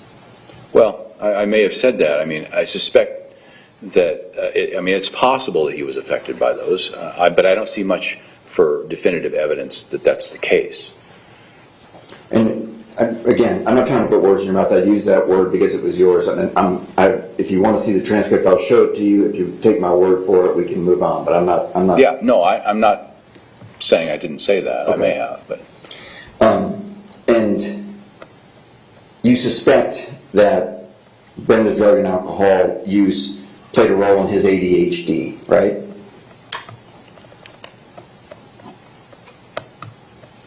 It's possible, but I don't know. I don't know that I can even say I suspect that, because so many kids have ADHD without the alcohol exposure that it's hard to say that the alcohol exposures would cause the ADHD. There's a lot of different dynamics. And again, I'm not trying to give you a hard time. I'm just using the word suspect because when we talked before, that was what you said, that you suspect that it played a role in his ADHD in the presentation. Sustained. Can I just get the transcript? Of course.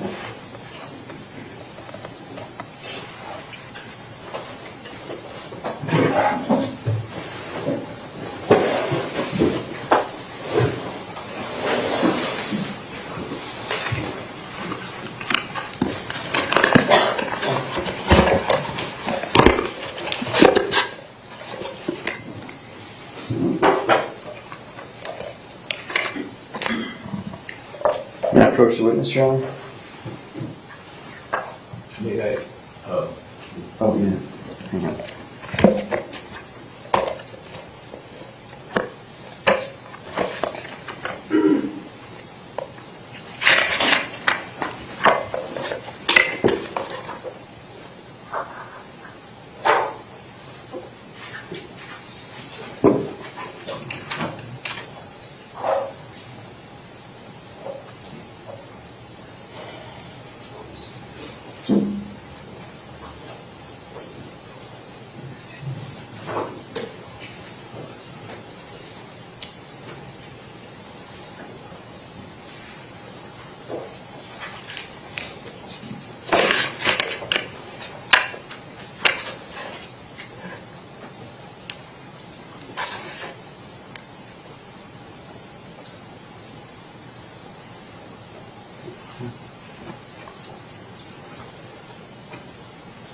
Okay. Dr. Denny, you've given, I think, 4 depositions in this case, is that right? Something like that. And the first one was April 18th, 2022. You remember that, I guess. And I just wanted to show you this section of my approach, Your Honor. For what purpose? Just so that Dr. Denny can see the transcript himself. What legal purpose? Oh, well, I can read it if you prefer me to. I just wanted to give him the opportunity to look at it.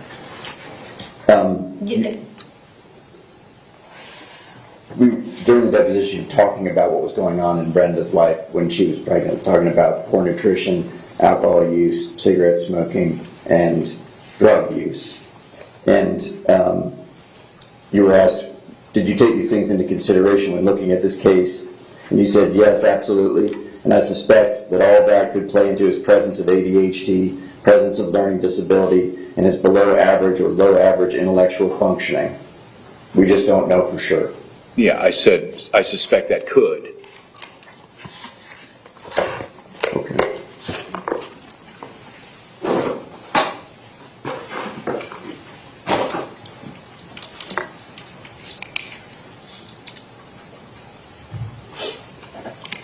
And during that conversation, the term that you were using was fetal alcohol effects. Is that right?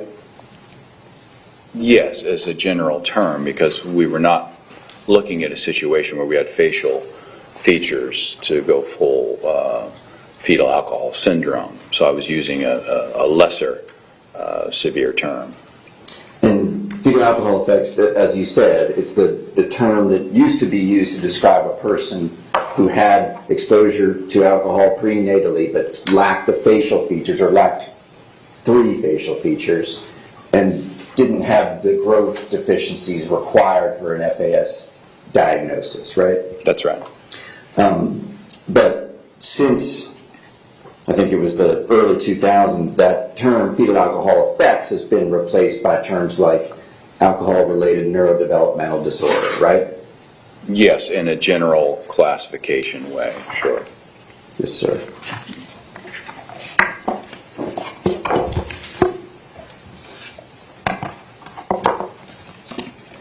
I wanted to just ask you a couple quick questions regarding Nick's IQ scores, specifically on the issues of memory and visual spatial on his past testing, okay?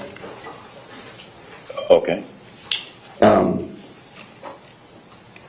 The test that Nick took when he was 5 years old, that was the Stanford Binet IQ test, right? Yes. And that is a full-fledged IQ test, right? Sure, yeah, it's a accepted IQ test. Right. And it's, when I say full-fledged, I mean in comparison to something like the RIAS, it is a more, there are more subtests, more areas tested than the RIAS test. It's a larger battery, but they're both accepted IQ tests. Right. I certainly wasn't suggesting the RIAS isn't, but the Stanford Binet is a broader test. Is that fair to say? Sure. Okay. And that was given to Nick when he was 5 years old. And in the area of working memory, he scored at 74, which is in the 4th percentile, right? Yes, about that, right? All right. And then in 2021, when he was given the WACE by Dr. Black, his working memory was scored at 77, which is at the 6th percentile, right? Yes, about that. And on those 2 tests, again, the Stanford Binet when Nick was 5, and the, well, actually, no, this is a different, let me start over. Regarding visual spatial, on the Stanford Binet at age 5, Nick scored 74, which is in the 4th percentile, right? On what index specifically are you talking about? Just on visual spatial, that was the score. Visual spatial.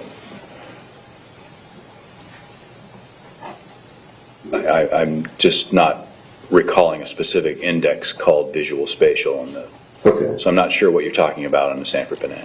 Well, in comparison to the testing that was done by Dr. Connor and by you, where his visual spatial testing was, as you described, to be extremely low, right?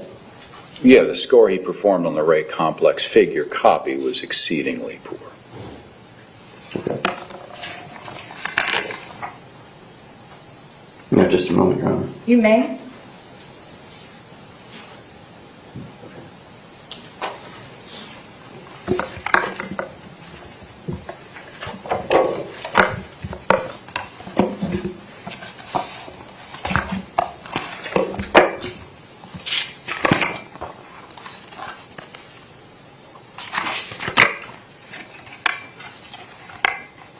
I wanted to ask you, Dr. Denny, about the issue of standard deviations, or which standard deviation to apply in what situation, okay? And just for everyone's clarification, when we're talking about standard deviations, they are set at a certain value right? A certain number of points. Like in the example of intellectual disability, one standard deviation is 15 points, right? Well, on certain types of intelligence tests, the standard deviation is 15. It's a standard score with 100 as the mean, and the standard deviation being 15. Yeah. Okay. And the point I was making is just that standard deviations are a set of points as opposed to just going from one point to the next point down. That it's a set number of points from standard deviation to standard deviation. Is that fair?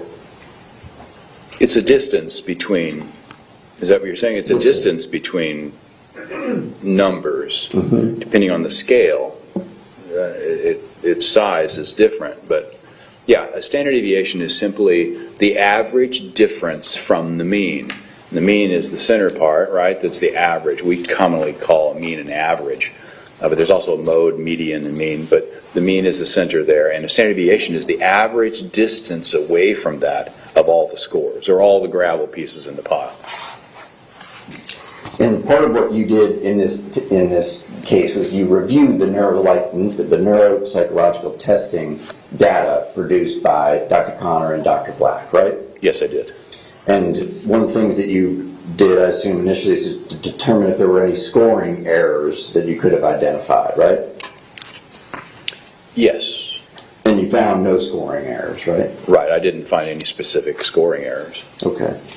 And so the graph that Dr. Connor created, it accurately represents the scores on that graph, right? You don't take issue with what those scores are on the graph. They accurately represent them, right? Right, no, I think he accurately put the scores on the graph for the 79 scores he chose to include. And yeah. The names of those tests across the bottom, you agree that the data points above those names are the scores that Nick got on those tests, right? Yes, I didn't see anything unusual with that. Okay. Just so that we know what we're talking about, I'm just going to put that back up here. Zoom in as best as I can without it getting blurry.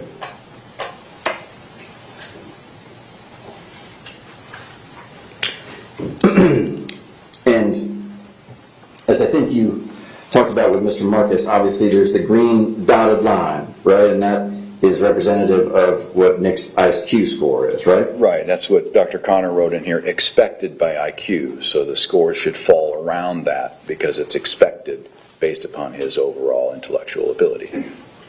And then, as we can see, the red line on there is what Dr. Connor put on there to identify what is a deficit in scoring, right? Well, that's what he called a deficit in performance. And it's, as you can see, it's laid out there on the 1 standard deviation mark. Right, except for in the area of IQ where it's at 2, right? That's correct. Okay. So the standard, the red line of deficit for IQ is at 2 standard deviations, and then for the other domains, it's at 1 standard deviation, right?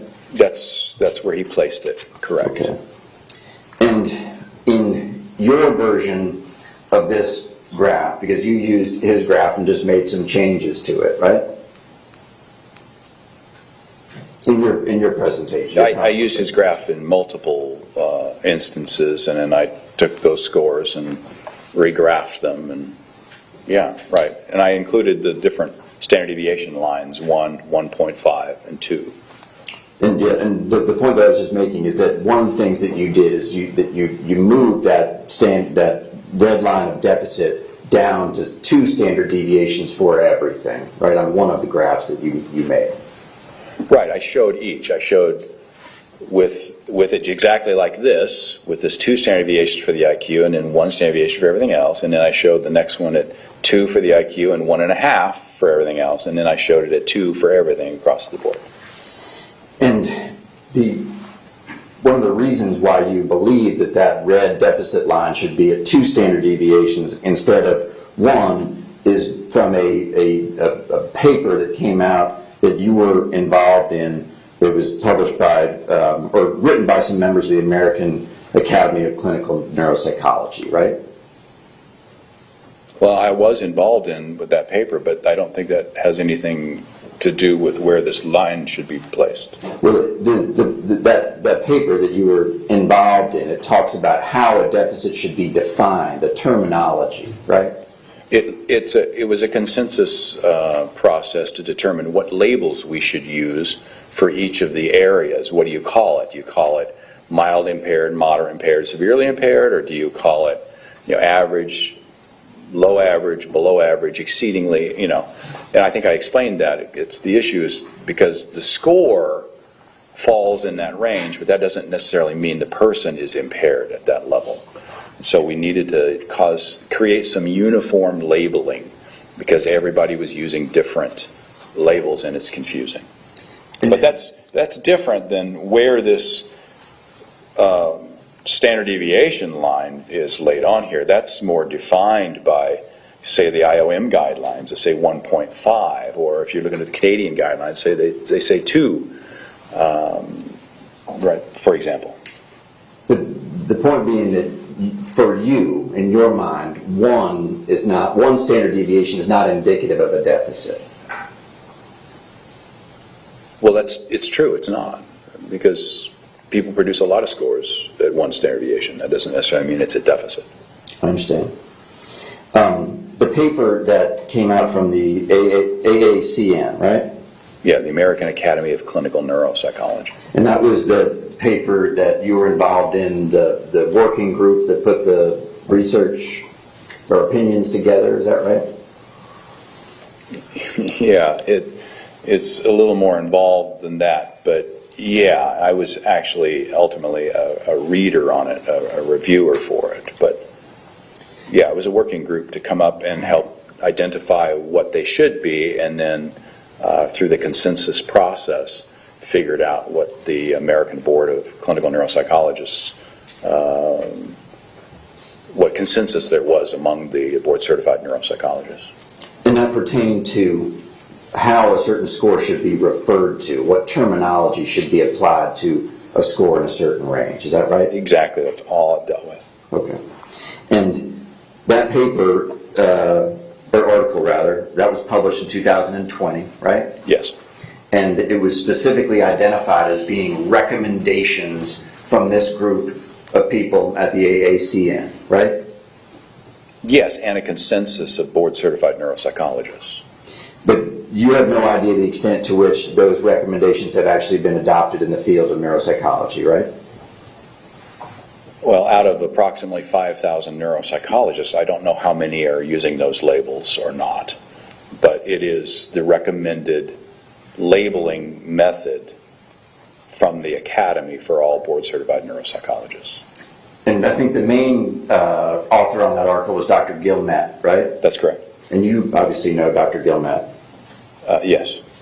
And you're aware that he says that he only knows of 2 hospitals in the entire country that have actually officially adopted those recommendations from that paper.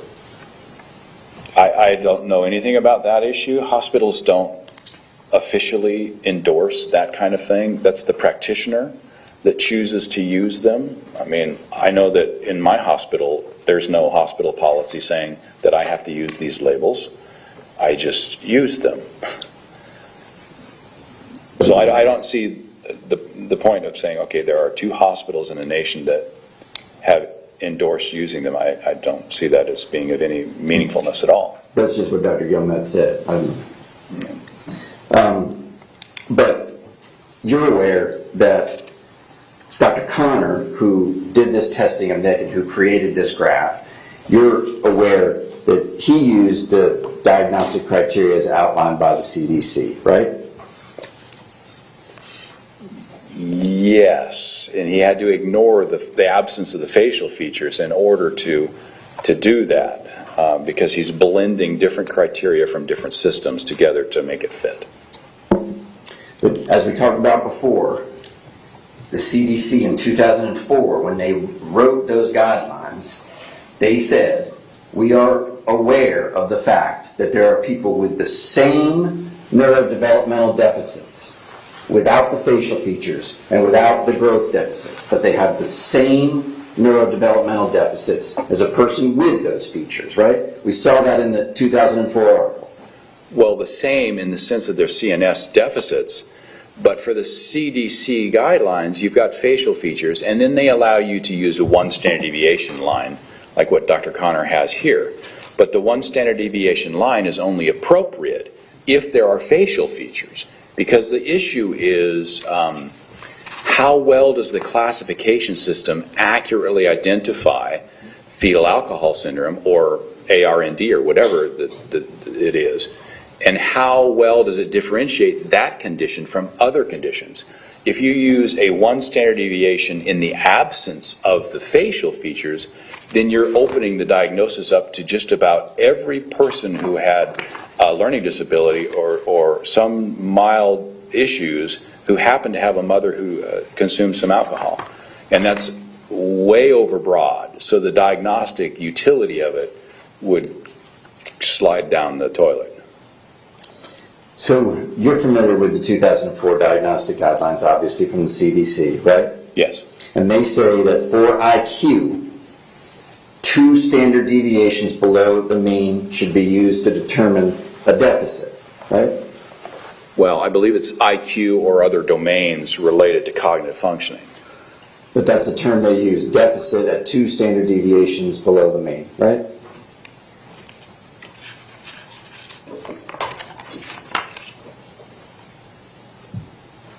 Okay. And on Dr. Connor's chart, as we can see, right, he put the red line of deficit for IQ at 2 standard deviations below the mean, correct? That's just for the IQ indices. Good. But that, Exactly where the CDC said it should be for IQ, right? for IQ, yes. Good. Okay. For functional domains, the 2004 guidelines say that 1 standard deviation below the mean should be used to determine a deficit, right? Yes, that's in the context of full facial features.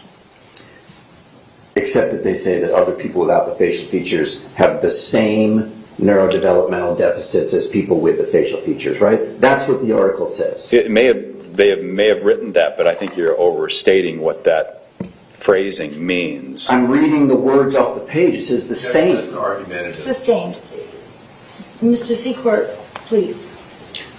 For functional domains, the CDC criteria says that 1 standard deviation below the mean should be used to determine a deficit, correct? That's what the CDC guidelines say from 2004, right? Yes, in the context of full facial features. And there's a specific reason given by the CDC in those guidelines.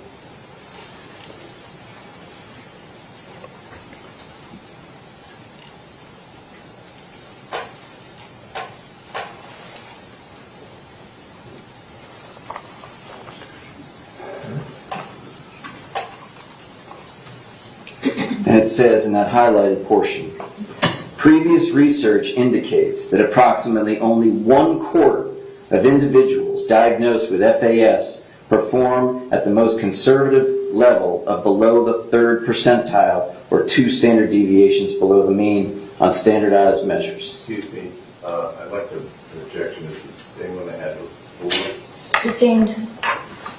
May we go sidebar? Yes?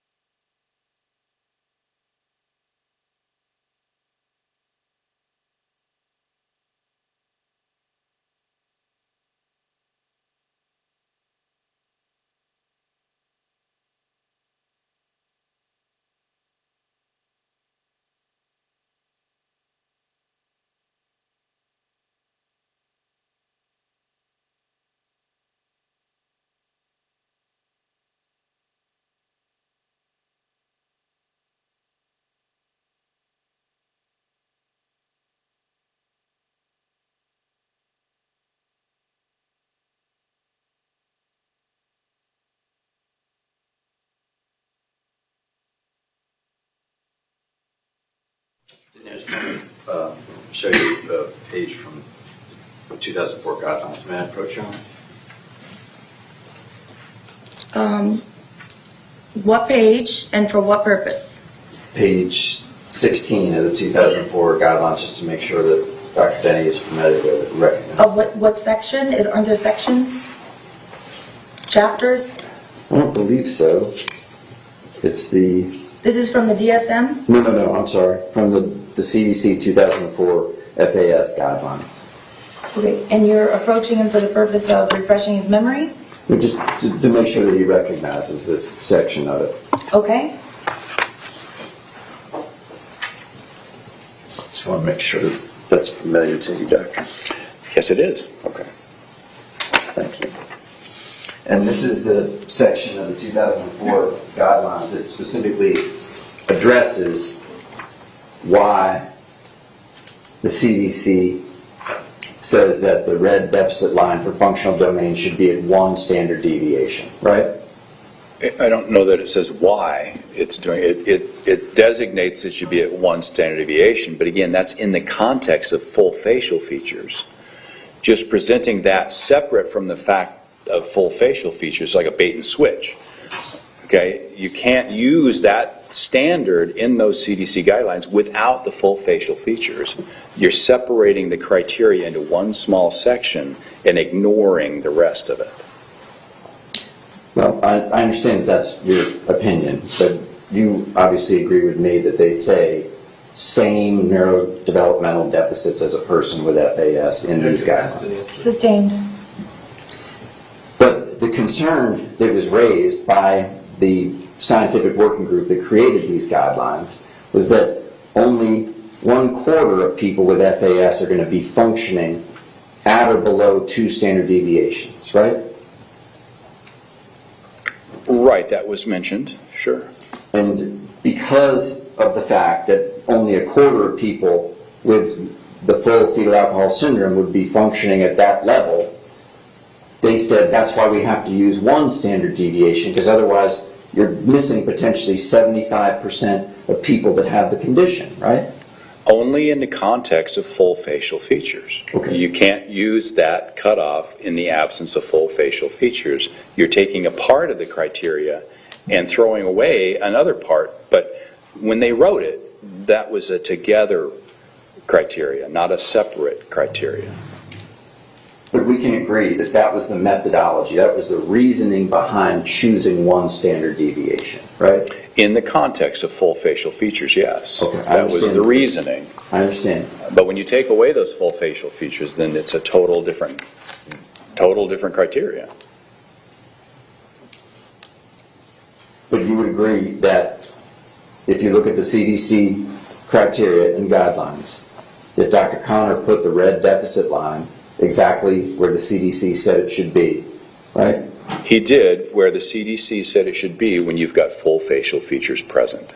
Without those full facial features, then no, it's a meaningless red line.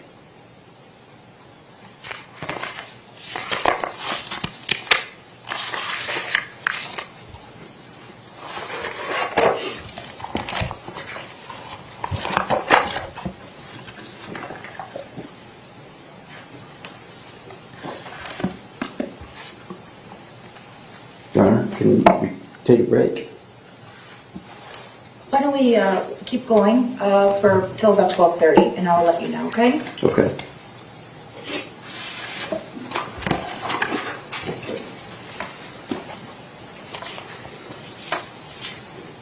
I want to talk to you, Dr. Denny, about one of the instruments that you administered to Nick during your time with him, okay? And that was the TSI-2, which I believe stands for Trauma Symptom Inventory, is that right? That's right. Okay. And am I right that that is an instrument for purposes of screening for post-traumatic stress symptoms? Well, that's what it's used often for. It really gets at anybody who has difficulties from trauma-related kind of issues or reports having difficulties from trauma related. And this is one of those instruments that your opinion was that he was over-reporting. Is that the right term? Or I can't remember what the right term was, but over-endorsing. That's what I was trying to say. Right, the validity scale indicated it was atypical, and when you look at the extreme elevations on all the scales, it tells you that it was over-exaggerated. But you are aware from your time with Nick and from reviewing records about him that he watched his adoptive father die when he was 5 years old, right? Yes. And during your time talking to him, he also told you about being sexually abused by a neighbor, right? Well, there was some suggestion that might have happened, but he was only told that it happened after he was arrested. Who was told after he was arrested? That's what Mr. Cruz told me. Well, he told you in the interview that it happened, right? He wasn't aware of it until after he was arrested. He gave you details of what happened. Yes, some recollections that he said were recollections. You asked him how old he was, right? Yes. And he said 9, right? Yes, right. And you're aware that that family moved in next door when Nick was 9 years old? Sure. And he told you that he would go over there to play video games, right? Yes. And that the son in that family would have him do things in order to be able to play on the Xbox, right? Yes. Sexual acts, right? Correct. And he told you that one time this boy took him into the bathroom of the house and asked him if he wanted to try something new, right? Yes. And this boy took out his penis, right? That's what he told me, yes. And put on a condom, right? I don't recall that specifically, but Okay. maybe the case. And that he penetrated Nick, right? I don't recall exactly that, but he may have said that. I'm not saying he didn't. I just don't recall. And he said that it was painful, right? Yes. And he told you that later on, there was a time when that boy came to live for a brief period of time at the Cruz home with his mother, right? Yes, I believe so. And that during that time, Nick stole money from the boy as a way to get back at him for what the boy had done to Nick, right? Isn't that what Nick said? Yeah, that may very well have been. I don't recall specifically. And when you asked him about his hesitation regarding coming forward about the sexual assault, he specifically said that he didn't want people to think that this boy was a sexual predator, right? I don't remember that, but I'm not saying he didn't say that. I just don't recall that specific detail. And he also expressed concern that talking about it might make people come after him, come after Nick, if he were to say things about it. Again, I don't remember that specific aspect of the conversation.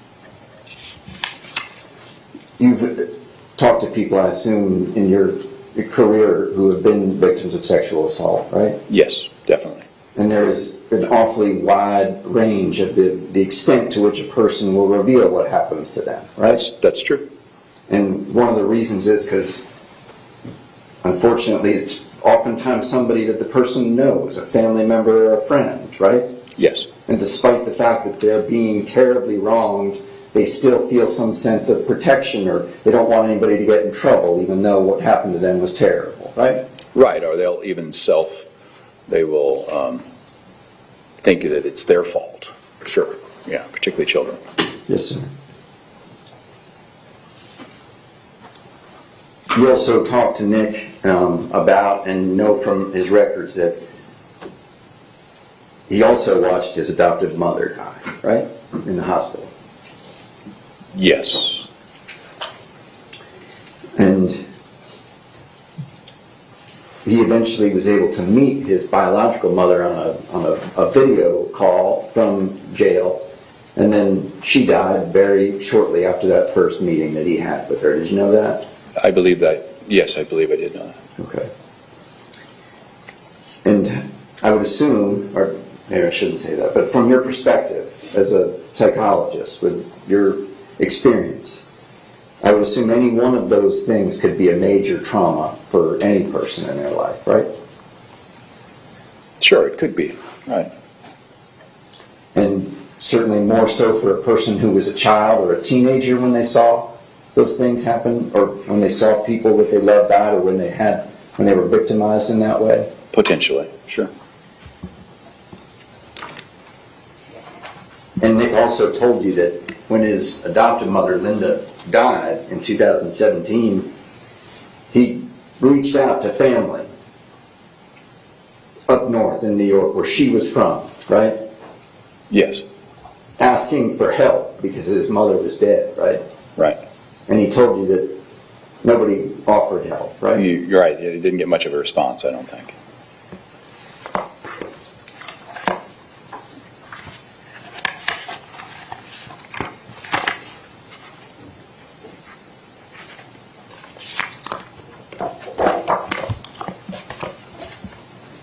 Now, just a moment, Carl. You may.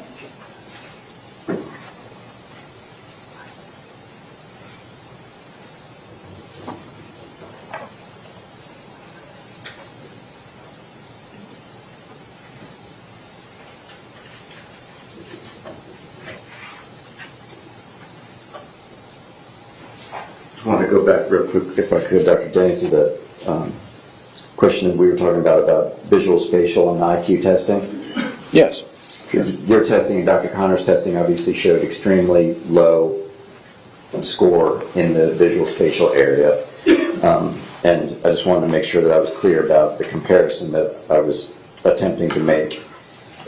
In the results from the Stanford Binet, it just simply says visual spatial score 74 in the 4th percentile. Okay.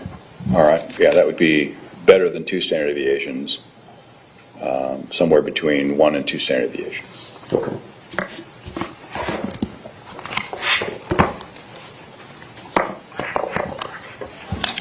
At 5 years of age. Yes, sir. Yeah, when the Stanford Binet was given when he was 5 years old. I'm at a good stopping point. Okay. That's all right with you.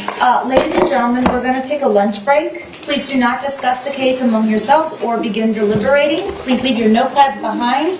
It is 12:30. I will see you back here at 2 o'clock. Thank you.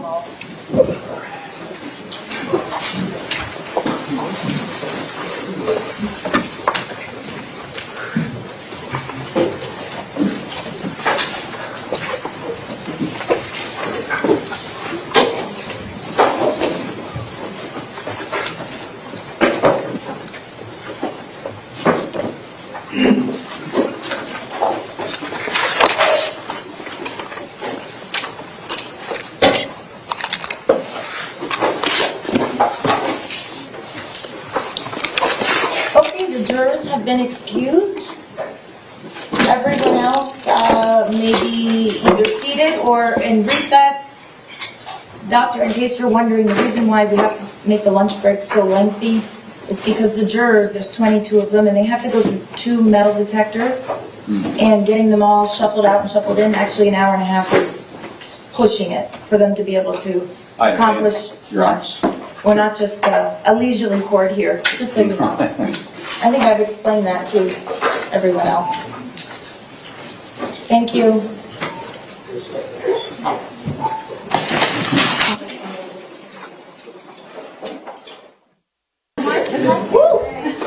Okay. The jurors are present. Everyone else may be seated.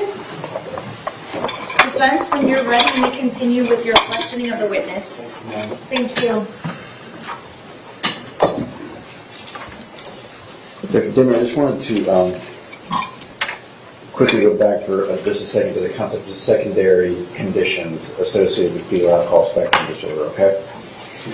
Before we talked about ones that have been identified as being associated with FASD that are sort of like diagnoses, right? A mental health diagnosis or a personality disorder diagnosis, right? That was the bulk of what those were, right?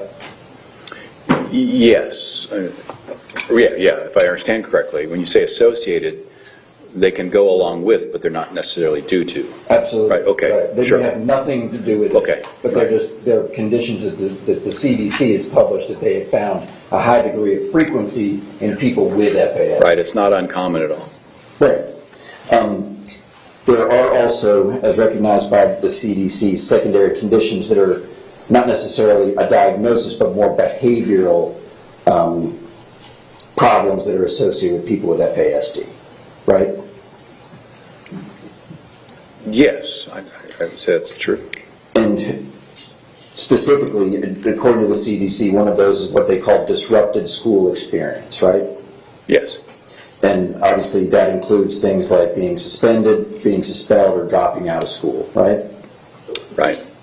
And even more specifically, problems getting along with other students and bad relationships with teachers, right? Right, that can also be a major feature of the conduct disorder, an oppositional defiant disorder. Yes, sir. And then another thing that I think to me is sort of more behavioral as opposed to diagnostic in terms of secondary conditions, but another one that's identified is trouble with the law, right? Right, again, conduct issues. Right, and I agree with you. That's something associated with conduct disorder, also associated with FASD, maybe for the same reason, maybe not, right? No one knows for sure. Right, when we use the word associated, that means there's a correlation, that the two have some relationship, but that does not imply a causal connection. And we know that people with fetal alcohol spectrum disorders are at a higher risk of being or having interactions with law enforcement and the justice system, right? That is true. And part of that stems from problems controlling anger and frustration, right? Possibly. And people with fetal alcohol spectrum disorders are at a higher risk of being involved in violent or explosive situations, according to the CDC, right? Yeah, particularly explosive, reactive type of things, as opposed to planned, organized, well thought out type of aggression. And another one, another behavior associated or common in people with fetal alcohol spectrum disorders is inappropriate sexual behavior, right? It can occur, yes. And that would be things like unwanted advances or inappropriate touching, right? Sure, that could be an example of it. And if we look through those secondary sort of behavior conditions, disrupted school experience, trouble with the law, and inappropriate sexual behavior, we see those things throughout Nick's life experience and are in some of the records, right? Yeah, I'm not sure what you mean by inappropriate sexual. What are you referring to there? That specifically, there was testimony by Fanae Browd, a defense witness, about some inappropriate sexual touching of her daughter by Nick when they were both less than 10, I believe, at the time. Oh, okay. But I mean, obviously, Sure, still okay. inappropriate. Yeah, right. I understand now. But you agree with me that all those behaviors that we just talked about, as identified by the CDC, are things that you have observed in Nick's records, right? Yes. Okay.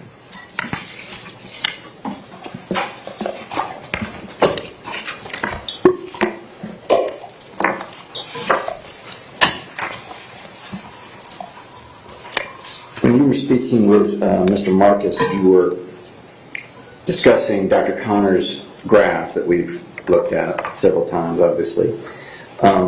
And I believe that you said that you didn't know why he chose to graph the scores that he graphed, right? Yeah, some were obvious, and I would agree with. There were a few that I didn't quite understand why he would graph that particular score. That's true. But you have listened to his testimony in this case, in his depositions, right? Yes. And part of what he told you was that Nick was originally assessed for autism and given some neuropsych testing by a psychologist, right? That's correct. Then that was Dr. Black, right? Yes. And some of those tests that Dr. Black administered were not part of what Dr. Connor usually uses to assess somebody for fetal alcohol spectrum disorder, right? Yeah, that was my impression. Yeah. Okay. And so his rationale for leaving those ones off is they're like, those aren't the ones that I usually use. They're not part of my battery. So he left them off of his graph, those ones in particular, right? Well, there were other scores that he, I mean, for example, like what you brought up during the deposition, the Wyatt subscores, you know. That may not be the test that he uses, but he does use an achievement test. So I don't know that that's necessarily the only reason. I don't know why. Okay. There were, of the scores that Dr. Black administered and that Dr. Connor did not use on his graph, there were 17 of them that were below 1 standard deviation, right? It could be. I didn't count the ones specific to Dr. Black's testing. Okay. But the Wyatt, those were all Dr. Black's. That's my understanding. Yeah. Yes, yes. Okay. And that, I'm sorry, I should have made that clear. 17 Wyatt scores were below 1 standard deviation, I believe. Yes. That could be. I didn't count them. Right. Yeah. And 6 of those were below 2 standard deviations, approximately. You agree with me on that? Yes, and I think I counted those. Yeah. And despite the fact that those were low scores and would have been below the red deficit line on his graph, he left them off because he did not consider them to be relevant to his assessment, right? That's the reason that he left those scores off. Objection, proper speculation. Sustained.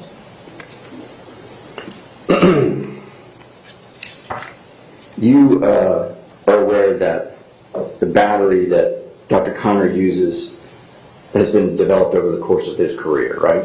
Yes. And that's a career that spans some 30 years working in the field, right? Right. And he uses some tests that are very sensitive to fetal alcohol syndrome, like the Iowa gambling task. And that battery that he uses, he actually published it in a peer-reviewed journal in 2010, right? Yes, that's right. Journal of Psychiatry and Law, right? Yes, Journal of Psychiatry and Law. And his rationale for using that battery is to have consistency from examinee to examinee who he's assessing, right? Sustained.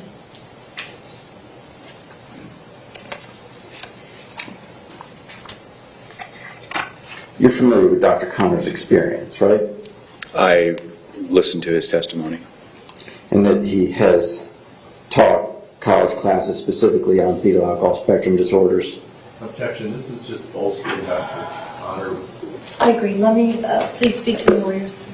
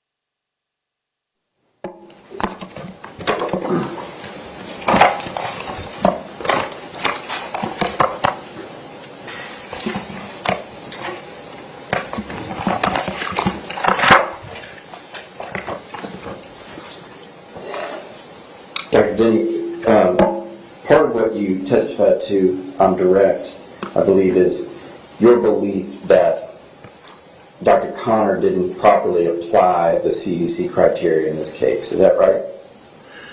Correct. He took out the criteria related to testing, leaving behind the requirements for facial features, and then he used that separately to mix with the DSM criteria. And am I correct that since 2016 there have been 2 federal courts that have found you lacking in credibility for not complying with clinical standards in cases? That is correct. Those standards had to do with the association, the intellectual disability group's recommendation that you should not consider any information about a defendant while they're in custody, even though that may provide significant insight regarding a person's intellectual ability. And I find that quite illogical. But those are standards as articulated by the American Association on Intellectual and Developmental Disabilities, correct? That's true. And I explained why I disagreed with them. Yes, sir.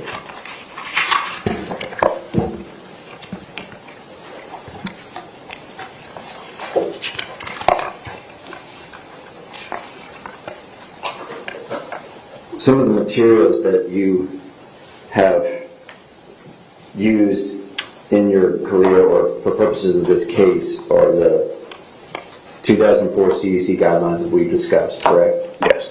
As well as the Institute of Medicine's updated clinical guidelines for fetal alcohol spectrum disorders. It was published in 2016, right? Correct. And you obviously know that Dr. Jones was involved in both of those publications. Objection. Sustained for the same reasons that I gave during the last sidebar.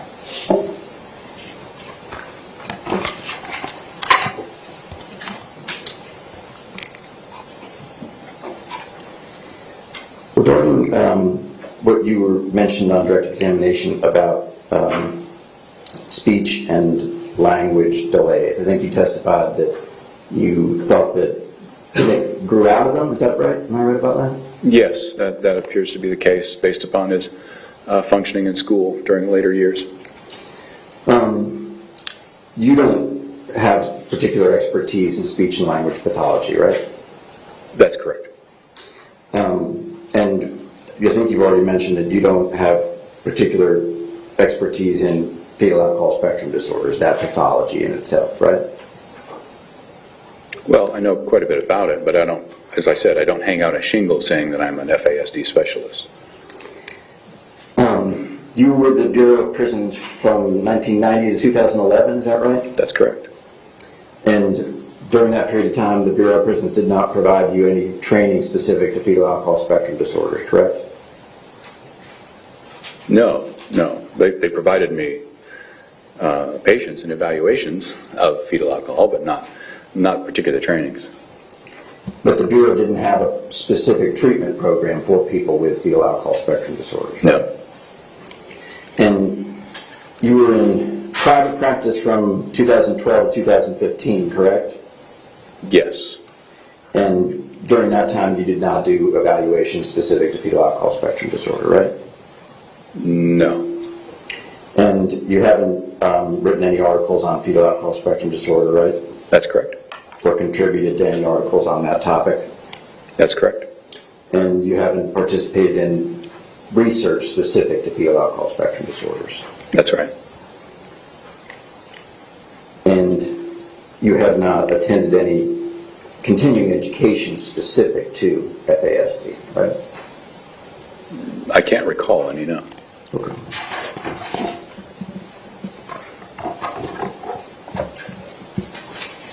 May I just have one quick minute?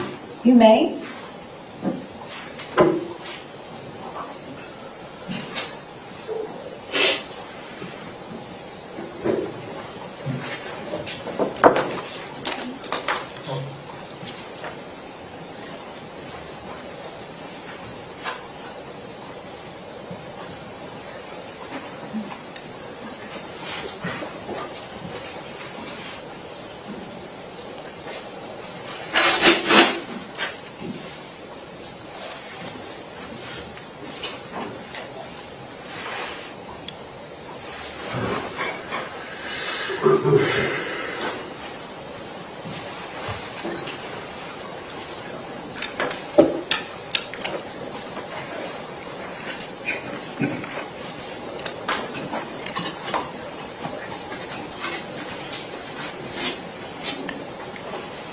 You mentioned on direct Scarlett Lewis, the woman whose son was murdered at Sandy Hook, right? Yes, briefly. I'm sorry, I didn't mean to interrupt you. Yes, briefly. Okay. And are you aware of that because of the calls that she has had with Nick? Did you hear those calls? I have listened to some of them. I do recall that. And are you aware that Scarlett Lewis reached out to the defense to speak with Nick? It wasn't him reaching out to her. Yes. Yes, I do recall that. And you're aware that part of that relationship is that she is trying to understand people who do these things. Sustained. Regarding we talked about on direct about ability to control oneself. And Mr. Marcus asked you specifically about what you've seen in terms of Nick's ability to control himself, and specifically that he's been able to control himself in court, right? Yes. You're aware, assume based on the fact that you reviewed all the records, that he's under the care of a psychologist at the jail? Yes. And that he's under the care of a psychiatrist at the jail? I believe so, yes. And that during this entire trial he's been medicated?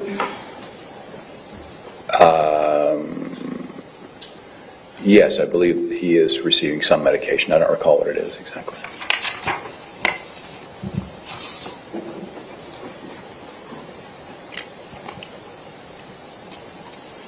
Mr. Marcus asked you, I think you said it's $400 an hour that you charge, is that right? That's right. And you said that and you've worked 400 hours out in this case? It's capped over, I mean, it's gone over that. I don't know what it is at this point. Okay. Am I math right that that's 160,000 so far? That would be correct math, I believe. Okay. And during the course of your career, do you know how many times you've testified in court? Because of my pretrial forensic evaluation experience at the Bureau, I was called to testify quite often. So I've testified well over 100 times, but during the last 10 years, I've only done maybe 25 cases total of forensic related cases like this. Just one more moment. Sure. Thank you, Dr. Denny. I don't have anything further on. Okay, State, do you have any additional questions for the witness? If I might, yeah, just a moment, Your Honor. Yes.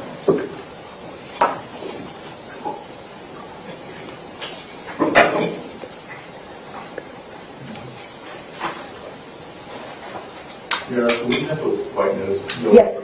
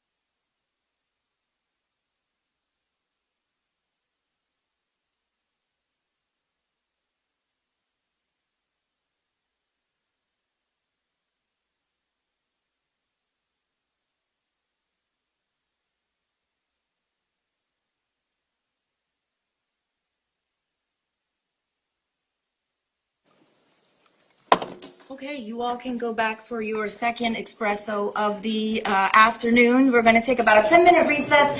The issues are a little bit too much to discuss between myself and the lawyers while you all are sitting here with that white noise, which I imagine is not the best noise you've ever heard. So give us a few minutes. Please do not discuss the case, and please leave your notepads behind. Thank you.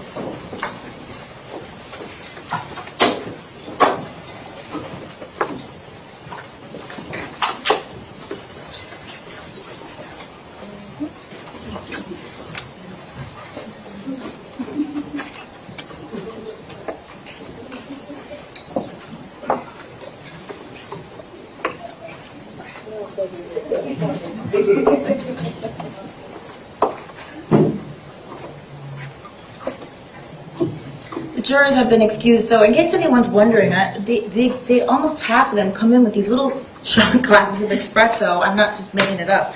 They really are enjoying themselves. I think they must have a machine back there.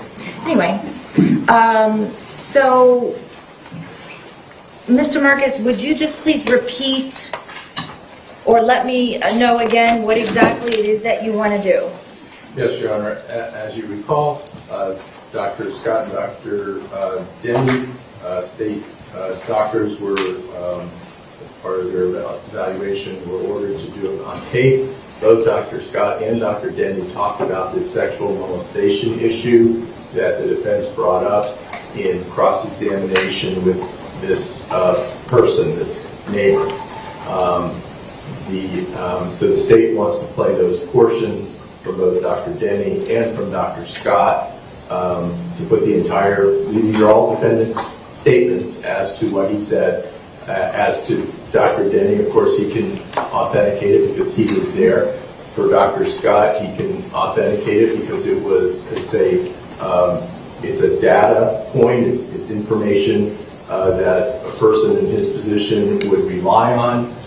He has viewed it in the past, and that would be the basis. I think it's under 704, I believe. 7-4? I believe it's 704. It's the type of, it's just like relying on another medical report. It's the defendant's statement to Dr. Scott. Before I ask Mr. Sh00ter to respond, I want to make sure that my memory is correct. You brought up Frantic Brown's testimony. Was that not stricken? No. I didn't strike that?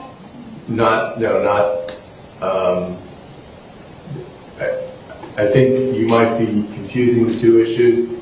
Ms. Brown testified that the defendant sexually molested her daughter in direct testimony that the defense put on in his perpetuated testimony. This is not the sexual molestation of the defendant.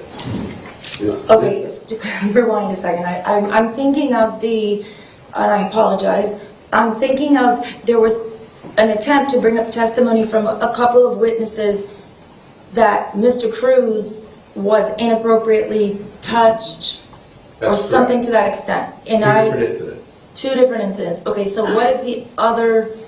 Frantic Brown was her daughter. She testified that her daughter was sexually molested by the defendant. I think the defendant was 10 and she was 6. Okay. And so that's a separate episode.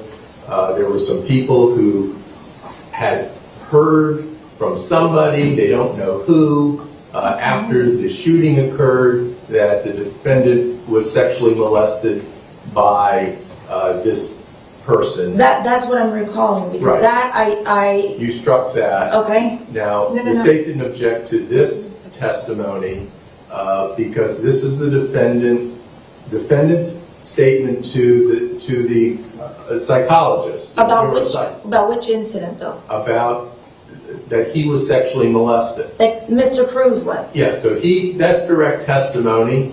That's fine, and that's why we didn't object to it. If it happened to him, supposedly he could testify to it. So the state wasn't going to object to it. It was different. I understand now. Your Honor, may I? Yes. The other witness that you're thinking about is Mrs. Trish Devaney. Linda Cruz told Trish Devaney that Nikolas had been sexually molested. You prohibited the testimony, but we did a proffer with Ms. Devaney. So that might be the other incident that you're talking about. Okay. I think she was like the third defense witness. But you're wanting to play this witness's, you're wanting to play the defendant's interview with this witness and with Dr. Scott discussing the incident. Yes. Okay, go ahead. I respect to request the opportunity to watch the videos just because I've only seen those things in their entirety, and I really feel like I need to know exactly what the state is offering. Do you have the clips available? Yes. And can you play them so that, well, I guess the jury's not in here, so you can just play them. Yes. So that I can hear and so that you can hear. Yes, ma'am. Please, or see.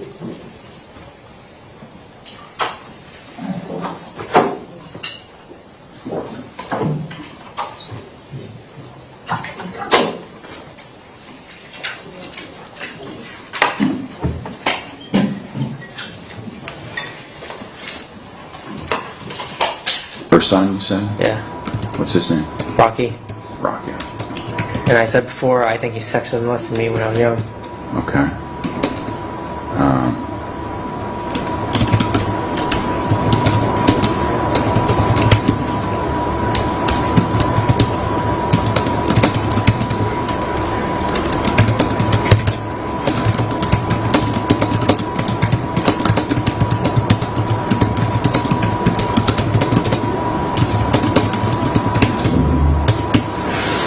How far away did Roxanne and Rocky live from you and your mom? They lived in Lake Worth, Palm Beach, so probably 30, 40 miles. I don't know. I'm not very good. I have to take a look at the map.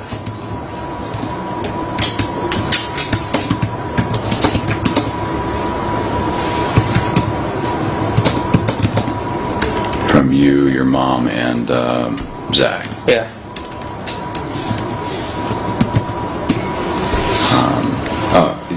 That reminds me, did anybody else ever live in the family with you there? Your mom, you and Zach? Or? My dogs. Dogs, okay. I had a lot of dogs when I grew up.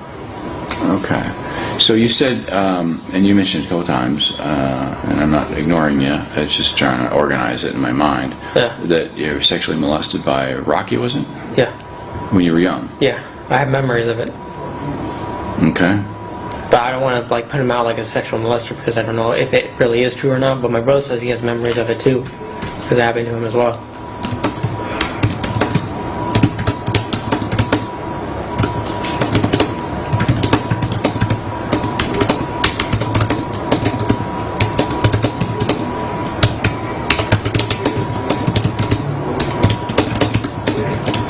So your Roxanne was a longtime friend of your mom's? Yeah. From years? Yeah. Probably about 4 or 5 years. And so you would visit there when you were young? Is that what you're saying? Yeah, we would visit. I'll be offered to play Xbox if I did things to Rocky. Was he older than you? Yeah, he was 22 when I got arrested, so see, I wasn't. So if he was 22, I was 9. He's 3 years older. I don't know about that.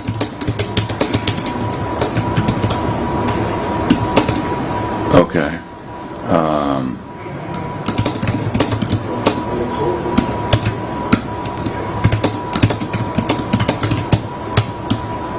And he would let you use Xbox if you would do things? Yeah. Okay. But one time he told us to go in the bathroom without my brother, just me first. He said, "You want to try something new?" I said, "Okay." And so then he told me to drop my pants. He whipped out his thingy, put on a condom, and yeah. And then I didn't like it. I told him nope, and then that was that. I walked out. He asked my brother to do the same thing, but I don't know anything what happened with him. But Zachary said, "Ew, that's disgusting," when he came out. So did he actually try it, or did you? Yeah. Yeah. And That's you didn't painful. care for that.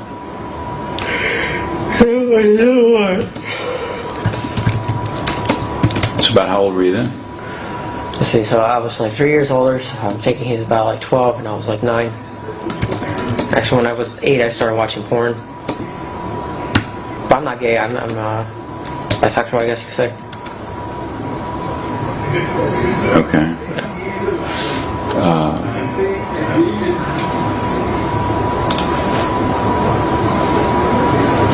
So, over what period of time do you think you were sexually molested by Rocky?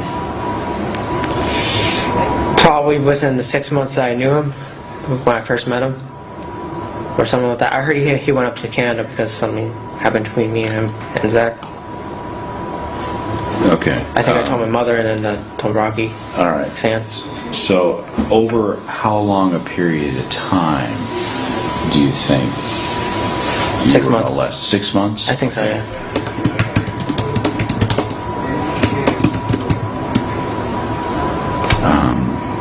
Okay. And you said you got memories of it, so you think it occurred, but you said you're not sure. I say that because I don't want to make him look like, a sexual predator or something like that. Well, it's not you making him anything. I mean, it's I'm what worried he about, does. I'm worried about people coming after me for saying stuff like that. So, Okay. But I think it's in true. the context of your life right now, you think that's going to make people come after you? Sort of. Okay. Okay. I mean, I want to die, but I don't want to die a painful death or something like that. Okay. Yeah, sure. Well, I do, but like, I can't really decide. Okay. Yeah. So, so how you got memories of it? How old? Memories from the beginning, or from later, or all the way through? What do you mean? Your memories of the molestation? Probably all the way through. All the way through. Probably all the way through. Probably. Okay. So if you had to put a percentage on that, how confident are you that that's really what happened? Probably 80. 80%? Okay.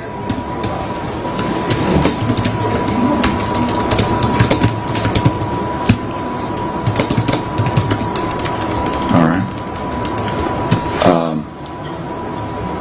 Did you ever tell anybody about that? My attorneys asked me, and I told them that Okay. it's a possibility. Is that the first people you've told? Yeah. Okay.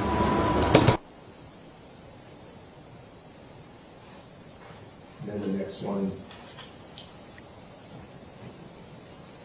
Okay, anyone else what we call physically abusive towards you, leaving bruises, hitting you in a way they shouldn't? We've talked about your mom. I think I don't like putting out people like this, but I think I might have been sexually abused by a neighborhood boy. Okay, tell me who that boy is and what you remember. His name is Rocky. Rocky? Yeah. Okay, and his last name, best you know? The Champ. Okay, so what do you remember about Rocky the Champ? He liked playing on the Xbox. When we were young, we didn't have an Xbox, and I wanted to play on the Xbox. Uh-huh.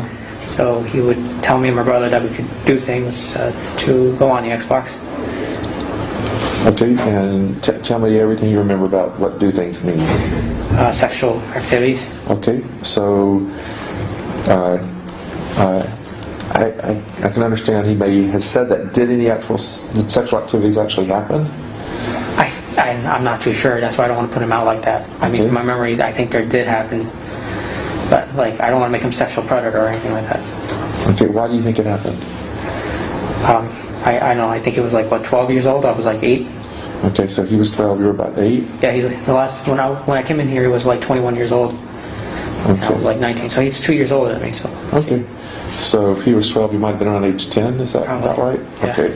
And what do you think, you said you're not sure, but you think it did. So why do you think it I did? have memories that things did happen, but but my mom told me that nothing happened. But I'm told that I heard on the news like things did happen. Okay, what did you hear on the news? I mean, I was really young. I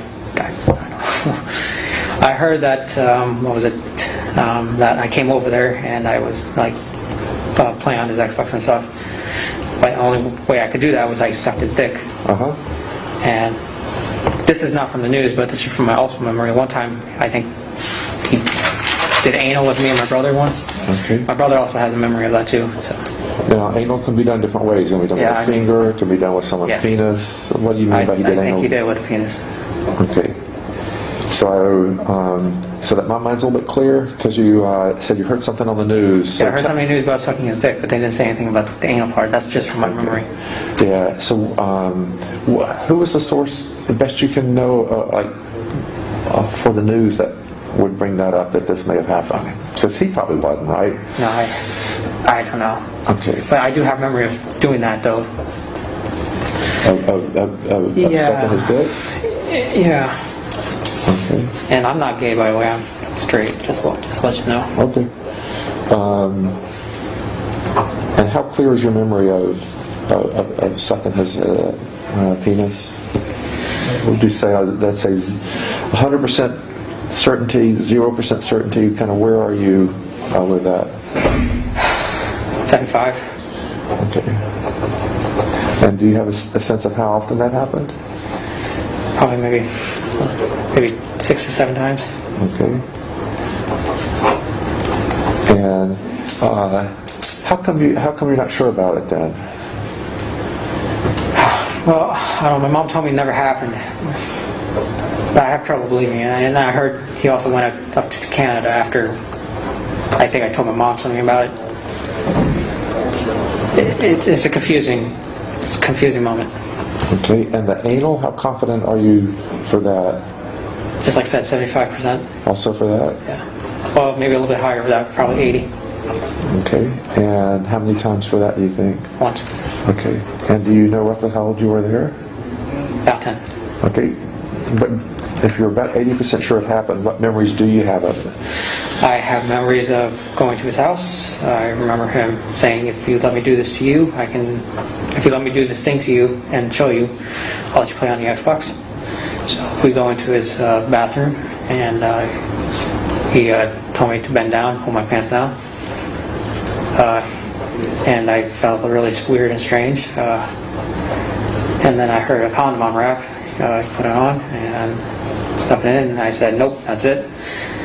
And I said, I don't want anything else. And he said, that's your choice. You want to play on the Xbox? I said, I do. I'm not going to do that. And so I walked out, and then he asked my brother, and I guess my brother went in there, and then he comes out and he said, ew, that was fucking disgusting.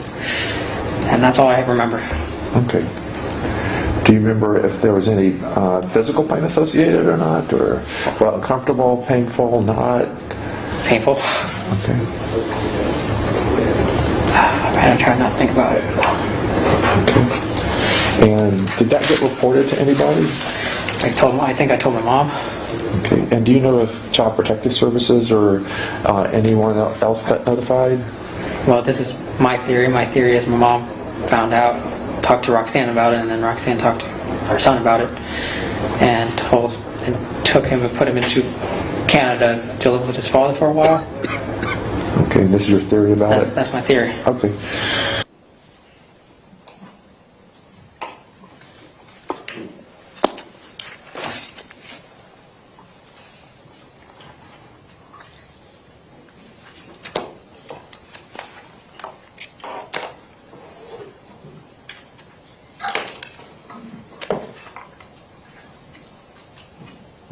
Your Honor? Yes. I just need a few minutes to look at the transcript because I know I recall something after the end of the video. I just need to make sure that I cover that, whatever arguments that I have. Is that all right? I'm not following you.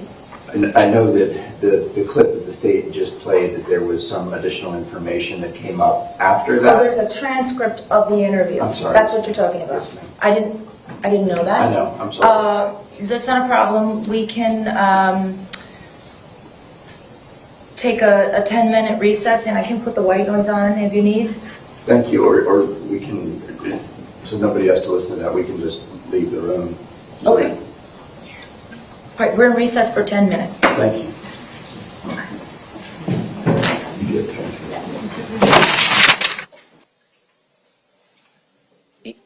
Mr. Secor, you're going to have to give me Yes, ma'am. the transcript that includes the part that the state wants to play, otherwise I can't make heads or tails of this small clip. I understand. There was just a specific argument to that one sentence that I wanted to present to Your Honor. That's part of the video that the state just presented. It's where Mr.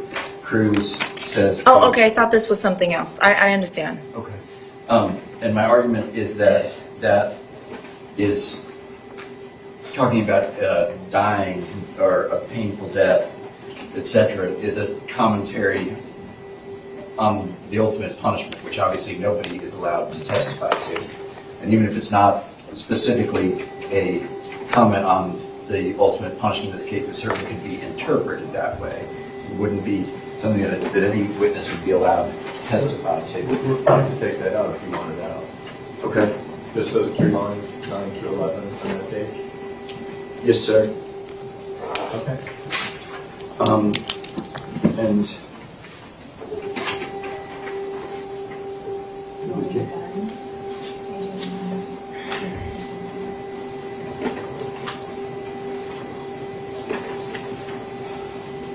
may I approach the state, please? You may.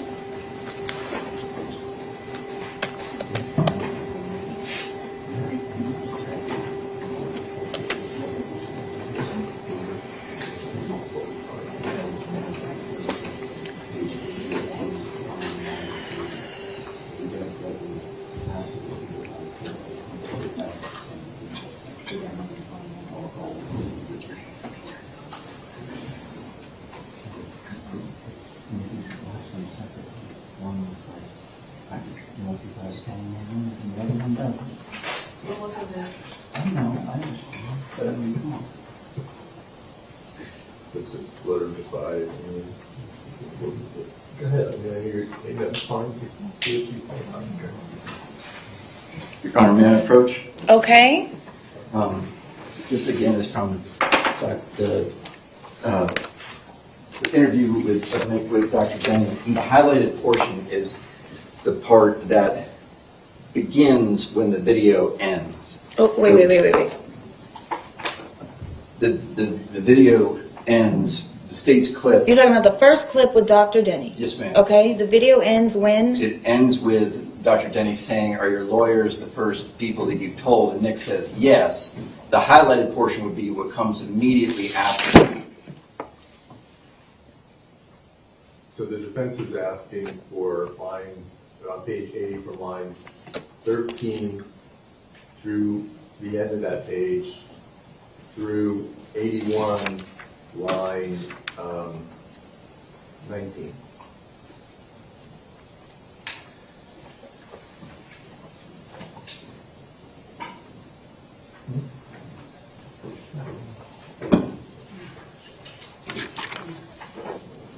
Okay, but the issue is playing the defendant's when the state plays the defendant's statement, it's either not hearsay or an exception to the hearsay rule. You agree? When the defense plays it, it is considered hearsay. That's pursuant to the rules of evidence. So I understand why you all might want this in, but it's hearsay. And I don't think there's an exception. Well, my argument would be that if you were to watch the 2 clips that the state is offering, the clip of Dr. Denny's interview and the clip of Dr. Scott's interview, a very reasonable person could think that those 2 statements are inconsistent with one another.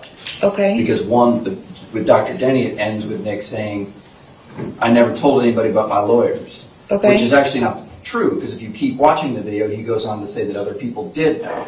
And then in the interview with Dr. Scott, he goes on to say that the same people that he told Dr. Denny knew, he also told Dr. Scott that those people knew. So if you watch the videos with the segment that we are requesting that is included, the 2 videos are consistent with one another. And the state recognizes that, and my position is that they should not be permitted to put forth 2 pieces of evidence to argue that they're contradictory, when in reality, if you look at them in their totality, they're consistent. He doesn't mention Paul Gold in Dr. Scott's. That's the only name that's different. Well, that's half of what you want to put in.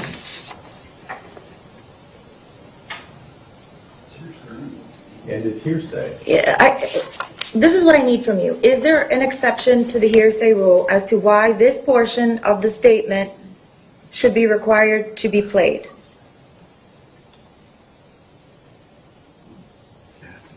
Your Honor, may I? You may. Address the court? Judge, under the rule of completeness, when a party introduces a writing or a recorded statement, or part of a writing or a recording, a misleading impression may be created by taking that portion or that statement out of context. So under the rule of completeness provides that when a portion of a writing, I'm in Earhart's in case you want to follow, a document or recorded statement is admitted, an adverse party, meaning the defense, has a right to require the proponent at that time to introduce another part of the writing or document that in fairness requires to be considered contemporaneously so that the jury is not misled. And the rule of completeness, and I'm just quoting from Knox v. State at 256 Southern 3rd, 825, Robinson versus CSX Transportation, Inc., Florida 50 CA case from 2015. The function behind this rule is a defense shield against potentially misleading evidence being proffered by the opposing party. Only the portions of the statement that are relevant to explain or clarify the already admitted portions need to be admitted. So what the defense is saying is the state wants to introduce portions of the statement that Mr. Cruz made to Dr. Denny and to Dr. Scott. Our position is it's what they're introducing is misleading, and that in order to put that entire statement into context, that information needs to be in there, Judge. So it's not a hearsay issue, it's a fairness issue, and under the rule of completeness, the party is required, meaning the state of Florida is required to put that in there in the entire clip or the portion of the clip that we want under fairness rules in order for it not to be misleading to the jury. Okay, I don't see it as misleading. However, in the abundance of caution,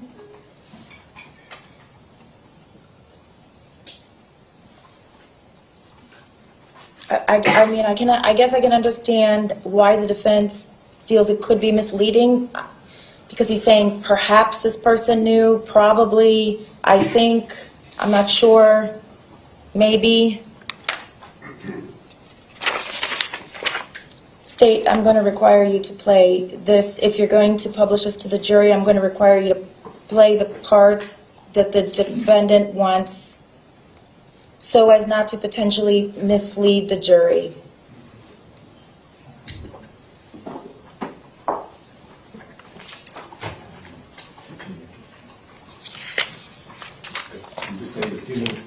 Sure. And then you're going to take out the line on the first statement, the 3 lines about him wanting to die, not a painful death, etc.? Yes, Your Honor. Thank you.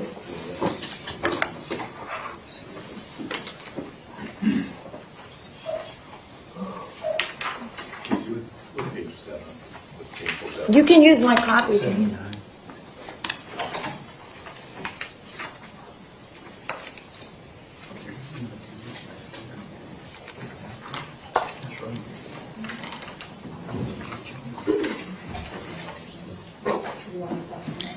I don't need it. Oh, well, actually, does anyone need my copy?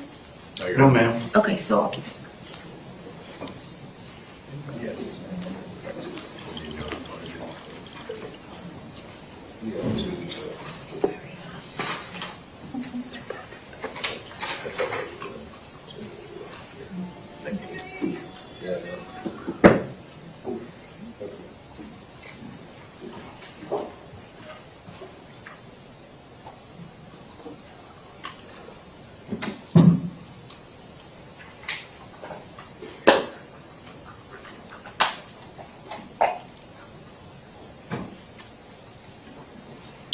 State, I don't know how long that takes you to modify a video in court. I didn't even know you had that capabilities. Technology's come a long way, but is it something where you think I should recess so everybody's not sitting here silently watching you, or is it something that can be done rather quickly? It should be about 15 minutes, Judge. Okay, why don't we go ahead and recess so that we're all not awkwardly staring at each other. It's 3:25, 3:35, so 3:40. Okay. Thank you. Thank you, Your Honor, for the time. Sure, thank you for doing that so quickly. That used to be like a day's work.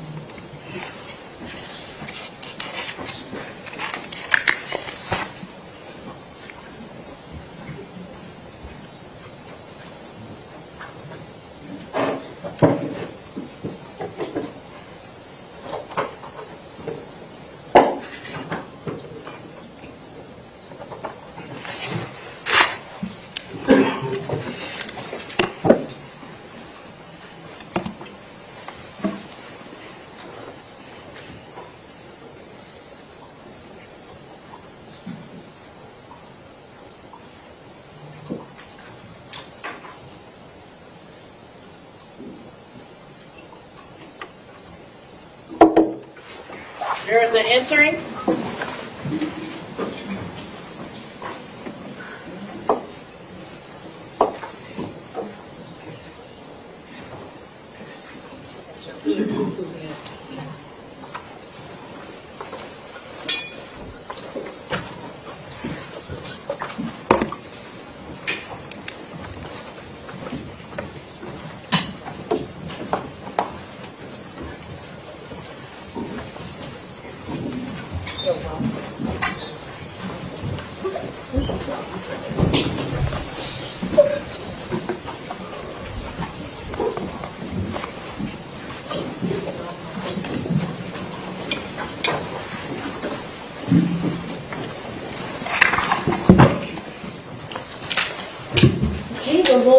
The jurors are present. Everyone else may be seated. Mr. Marcus, whenever you're ready. Thank you, Your Honor. Dr. Denny, you were asked about your experience in FASD, correct? Yes. Now, as a trained neuropsychologist, board certified in both neuropsychological and forensic psychology? Yes. Are you trained in all kinds of disorders? Yes. From a diagnostic perspective, I'm a generalist. All right. You were asked about an IQ test that was administered when the defendant was 5 years of age, correct? Yes. And specifically about visual spatial. That's right. And does the defendant's, that his testing of visual spatial at 5 years of age have any significance as to your diagnosis? No. And actually, when you read the report itself, the psychologist that did that testing back in 2004, it was apparent that he had trouble staying on task and completing the test in a way that would optimize his results. So I don't know that they're particularly valuable. And if I can have the overhead, please. I'm showing you what's been previously entered in evidence before. This is SVBC This is the testing. Beginning at 170. And I'm showing you page 172, but first I'll show you the cover page of the psychological report.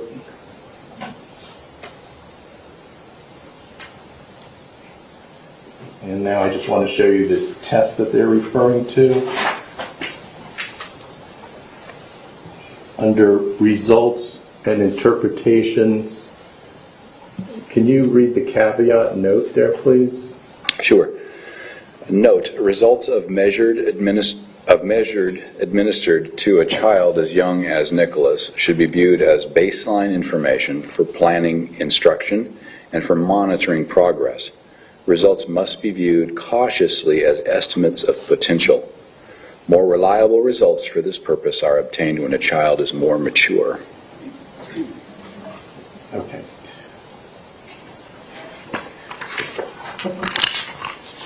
Now, in reference to you were asked about what the defendant told you about him being molested by a neighbor's child when he was a certain age, correct? Yes. And that was part of your evaluation on March 1st, 2022, correct? March 9th and 10th, I believe. I'm sorry. Dr. Scott's was on March 1st and yours was on March 9th. Yes. Correct? Your Honor, at this time, the state would ask to play, there's two segments for Dr. Denny, 10A, and then 10B will follow it. That's the pre-mark, their mark for identification is 10A and 10B, you said? I'm sorry, it's actually 26Q. It's called D10A and D10B, and Dr. Scott's will be D11. Is there any objection? No, ma'am. Okay. I'll offer 26Q for into evidence. Okay, It's without pre-voted. objection, 26Q will be received as 499.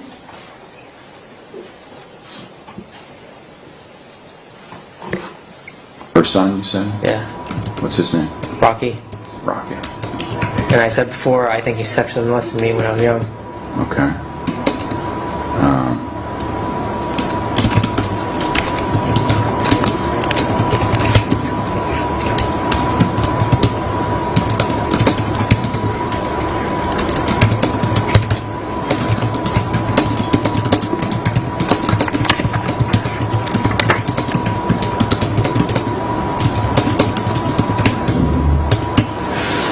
How far away did Roxanne and Rocky live from you and your mom? They lived in Lake Worth, Palm Beach, so probably 30, 40 miles. I don't know. I'm not very good. I have to take a look at the map.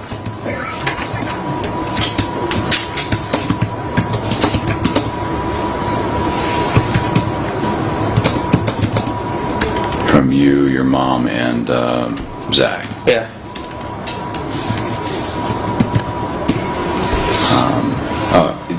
That reminds me, did anybody else ever live in the family with you there? Your mom, you and Zach? Or? My dogs. Dogs, okay. I had a lot of dogs when I grew up.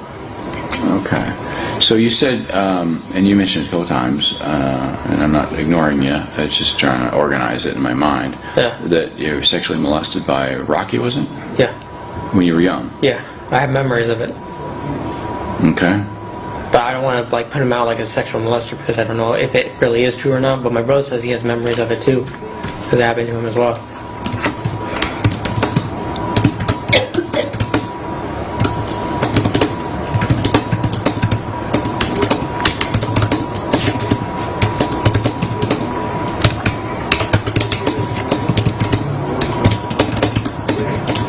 So Roxanne was a longtime friend of your mom's? Yeah. From years? Yeah. Probably about 4 or 5 years. And so you would visit there when you were young? Is that what you're saying? Yeah, we would visit. I'll be offered to play Xbox if I did things to Rocky. Was he older than you? Yeah.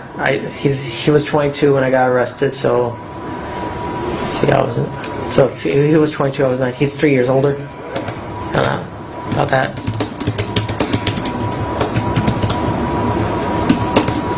Okay.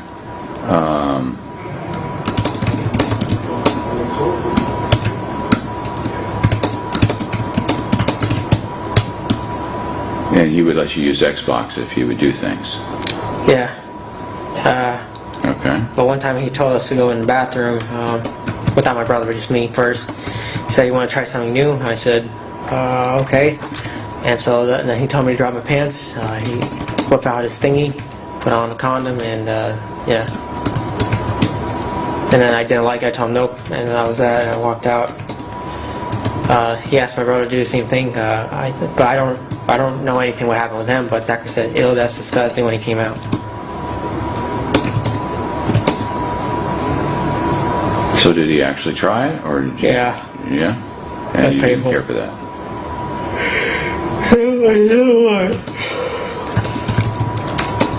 So about how old were you then? Let's see, so I was like 3 years older. I'm taking his about like 12, and I was like 9. Actually, when I was 8, I started watching porn.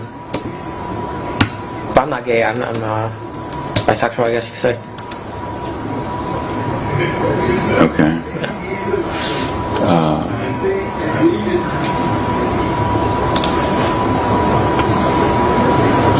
So, over what period of time do you think you were sexually molested by Rocky? Probably within the 6 months that I knew him, when I first met him, or something like that. I heard he went up to Canada because something happened between me and him and Zach. Okay. I think I told my mother, and then told Rocky. All right. Sam. So, over how long a period of time do you think? 6 months. 6 months? I think so, yeah.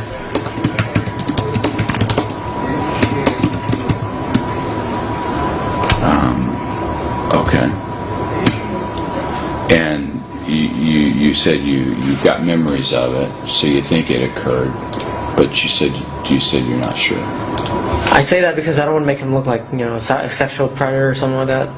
Well, it's not you making him anything. I mean, it's I'm what worried he about, does. I'm worried about people coming after me for saying stuff like that.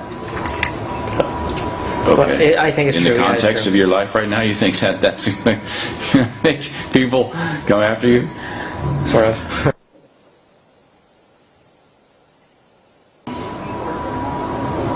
So,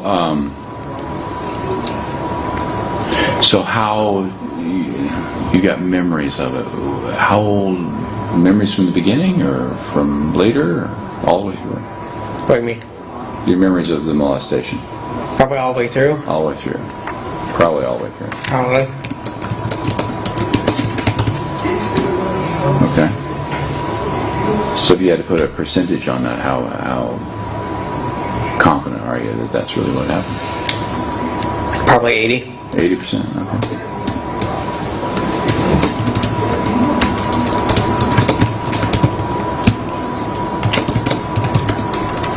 All right. Did you ever tell anybody about that? My attorneys asked me, and I told them that it's a possibility. Is that the first people you've told? Yeah. Okay.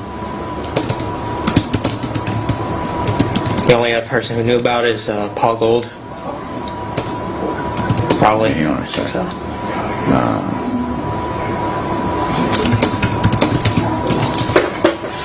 Okay, I asked you if anybody else knew about it, and you said no, and then you said probably somebody else. Yeah, probably someone else, Paul Gold, but I'm not too sure.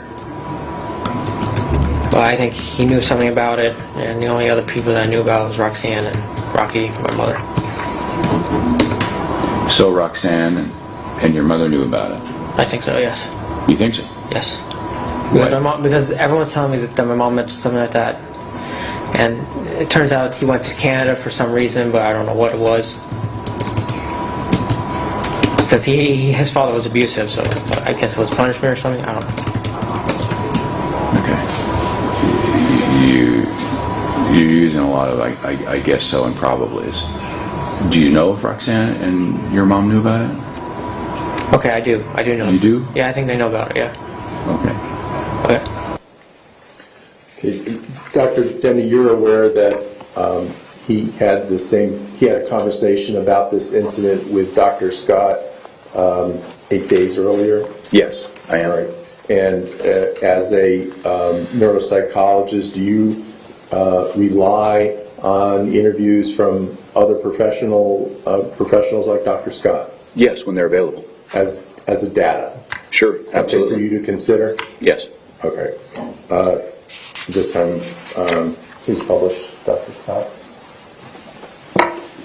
Okay, anyone else what we call physically abusive towards you, leaving bruises, hitting you in a way they shouldn't? We've talked about your mom. I think I don't like putting out people like this, but I think I might have been sexually abused by a neighborhood boy. Okay, tell me who that boy is and what you remember. His name is Rocky. Rocky? Yeah. Okay, and his last name, best you know? DeChamp. Okay, so what do you remember about Rocky DeChamp? He liked playing on the Xbox. When we were young, we didn't have an Xbox, and I wanted to play on the Xbox. So he would tell me and my brother that we could do things to go on the Xbox. Okay, and tell me everything you remember about what do things means. Sexual activities. Okay, so I can understand he may have said that. Did any actual sexual activities actually happen? I'm not too sure. That's why I don't want to put him out like that. I mean, my memory, I think there did happen, but like I don't want to make him sexual predator or anything like that. Okay, why do you think it happened? I don't know. I think it was like 12 years old. I was like 8. Okay, so he was 12. You were about 8. Yeah, when I came in here, he was like 21 years old. And I was like 19, so he's 2 years older than me. So. Okay, so if he was 12, he might have been around age 10. Is that right? Yeah. Okay. And what do you think? You said you're not sure, but you think it did. So why do you think it did? I have memories that things did happen, but but my mom told me that nothing happened. But I'm told that I heard this on the news, like things did happen. Okay. What did you hear on the news? I mean, I was really young. I heard that what was it? That I came over there and I was like playing on his Xbox and stuff. But the only way I could do that was I sucked his dick. And this is not from the news, but this is from my also memory. One time, I think he did anal with me and my brother once. Okay. My brother also has a memory of that too. So. Now, anal can be done different ways. It can be done with a finger. It can be done with someone's penis. What do you mean by he did anal? I think he did with the penis. Okay. So that my mind's a little bit clear because you said you heard something on the news. Yeah, I heard something on the news about sucking his dick, but they didn't say anything about the anal part. That's just from my memory. Yeah. So who was the source, the best you can know, for the news that would bring that up, that this may have happened? Because he probably wasn't, right? No, I don't know. Okay. But I do have memory of doing that, though. Of sucking his dick? Yeah. Okay. And I'm not gay, by the way. I'm straight. Just let you know. Okay. And how clear is your memory of sucking his penis?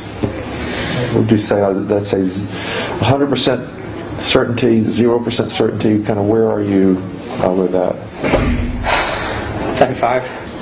Okay. And do you have a sense of how often that happened? Probably maybe 6 or 7 times. Okay. And how come you're not sure about it then? Well, I don't know. My mom told me it never happened. But I have trouble believing it. And I heard he also went up to Canada after. I think I told my mom something about it. It's a confusing moment. Okay, and the anal, how confident are you for that? Just like I said, 75%. Also for that? Yeah. Well, maybe a little bit higher for that, probably 80. Okay, and how many times for that do you think? Once. Okay, and do you know roughly how old you were there? About 10. Okay, but if you're about 80% sure it happened, what memories do you have of it? I have memories of going to his house. I remember him saying, if you let me do this to you, if you let me do this thing to you and show you, I'll let you play on the Xbox. So we go into his bathroom, and he told me to bend down, pull my pants down. And I felt really weird and strange. And then I heard a condom unwrap. He put it on and stuffed it in, and I said, nope, that's it. And I said, I don't want anything else. And he said, that's your choice. You want to play on the Xbox? I said, I do. I'm not going to do that. So I walked out. And then he asked my brother. And I guess my brother went in there. And then he comes out. I said, ew, that was fucking disgusting. And that's all I remember. Okay. Do you remember if there was any physical pain associated or not? Or, well, uncomfortable, painful, not? Painful. Okay. I gotta try not to think about it. Okay. And did that get reported to anybody? I think I told my mom. Okay. And do you know if Child Protective Services or anyone else got notified? Well, this is my theory. My theory is my mom found out, talked to Roxanne about it, and then Roxanne talked to her son about it, and took him and put him into Canada to live with his father for a while. Okay, and this is your theory about it? That's my theory. Okay.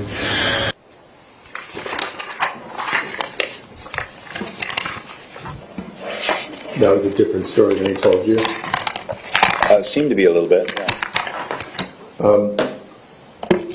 Is part of the materials, did you review Zachary Cruz's deposition? Yes, I did. And did Zachary Cruz, when asked if he ever had sex with Rocky, what did he say? If Zachary ever had sex with Rocky? My recollection from the transcript is that he denied having that. And did he also deny that Rocky demanded sex from him to play in video games? I believe so. Yeah. Right. Thanks very much. Is the witness excused? You can be excused. I didn't hear if you said you were finished or not, or if you were Yes. there. Okay. Yes. Can we just have one more moment? Okay.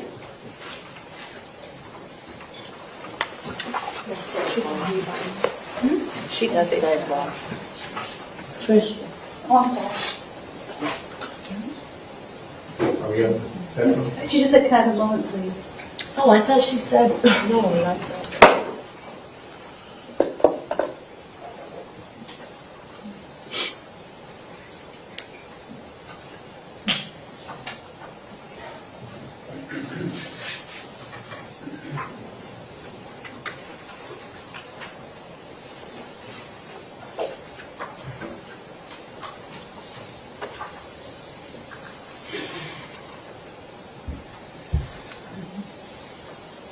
May I ask two quick Let me speak to the lawyers, please.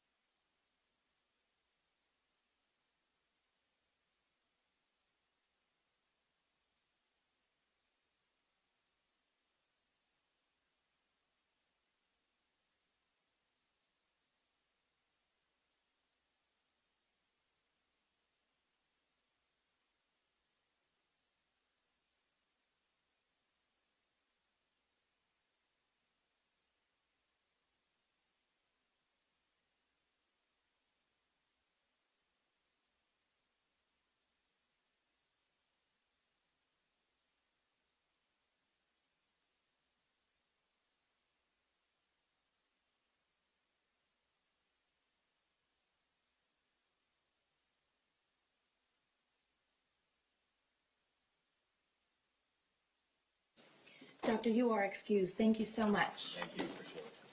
Okay, ladies and gentlemen, we actually state, go ahead and call your next witness. The state announces rest.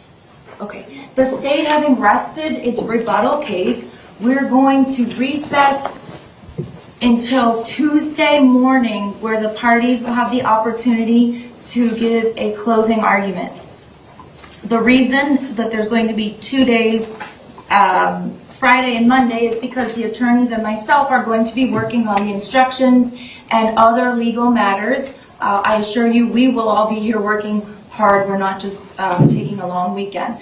However, you do not need to be back until Tuesday morning. I am going to ask that you be back at 8:30 a.m. so that we can start at 9. Now, I know that my estimates on time are almost always way off. I'm sorry. I'm doing the best I can. Sometimes it's just hard to predict how long things will take. I can guarantee you, though, if I told you later, we'd be ready earlier. So I guess that's just the way it goes. In any event, please do not discuss the case.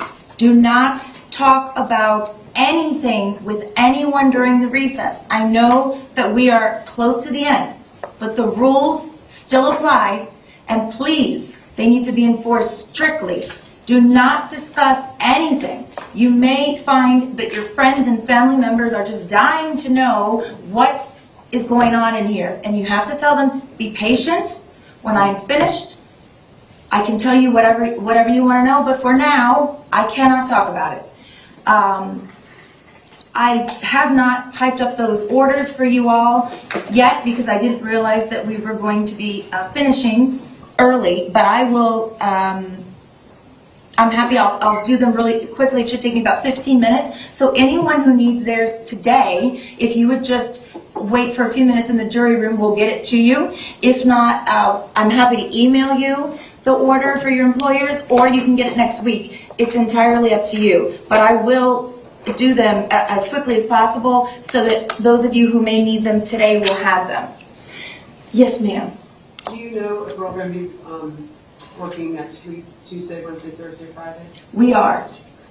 Well, let me put it this way. We anticipate that the closing arguments will take the majority of Tuesday, and then we anticipate you will begin I will instruct you and you'll begin deliberating on Wednesday. Now remember that once you begin deliberating, you are sequestered. So I will give you more specific instructions on what you need to bring and so on and so forth on Tuesday, but plan starting Wednesday you're going to be sequestered, and those of you who are on the panel, I'm sure it's no surprise to you that we have a number of alternates, but those of you who are actually going to participate in the deliberation process have to be sequestered, which means if you go past a reasonable time, 5:30, and you're not close to a result, to a verdict, then we would have the sheriff's office, like I told you, you would go in vans and the sheriff's office will accompany you to a hotel that is completely secret. They will accompany you, and there's all these very strict procedures that will need to be followed. I will tell you about those Tuesday, but again, plan that Wednesday night you will more than likely be staying in a hotel. Again, because there's no time limit on your deliberations, but we don't want to rush you in any way. So during business hours, the sheriff's office will bring you to the courthouse where you will go back to your normal jury room, and that's where 12 of you will deliberate until you go through everything that you need to go through and until you reach a verdict. However,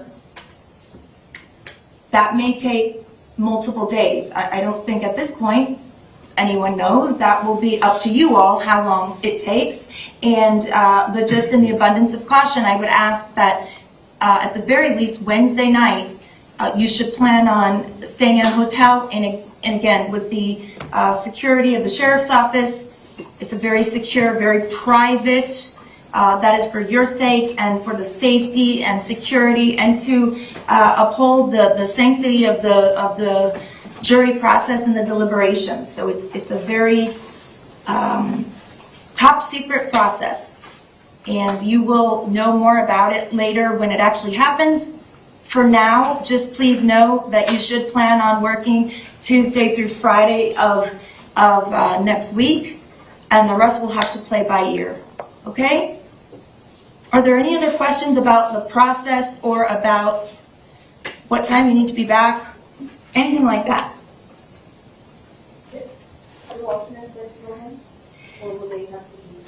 No, the alternates will be excused once the jurors begin deliberating. However, please don't assume that you are or are not an alternate at this point. You are all seated in alphabetical order, and I do that on purpose so that even I don't remember who the alternates are and who the actual jurors are, and that is because, as many of you know, well, the reason in this case that we selected so many alternates is because COVID was still quite bad when we began jury selection, and many of the staff members just among us were ill with COVID, and we all know how that was spreading, and we did not know whether we had to be very cautious and making sure that we had a suitable amount of jurors given the length of the case. And I will talk to you all more about this on Tuesday. But for sure, whether or not you are an alternate, you should not feel that your time here was any less important than the other jurors, because very frequently, especially in a case of this length, jurors are asked, alternates are asked to step in. So, and you all were selected in the order that you were called for jury duty. So it's not like the ones that were alternates are less preferable or more preferable to the lawyers or to myself. It goes in order. So you were all, I found that you were all fair and impartial people and suitable jurors. So please don't feel like if you find out you're an alternate that you're, I don't know, a bench warmer or whatever you call it, the second team, the B team, the co-pilot for our pilot over here. Co-pilot's as important as a pilot, right? Because if something happens to the pilot, we need a backup. At least I would prefer one when I fly. So with that, thank you all very much, and I'll see you Tuesday morning at 8:30. Please leave your notepads behind.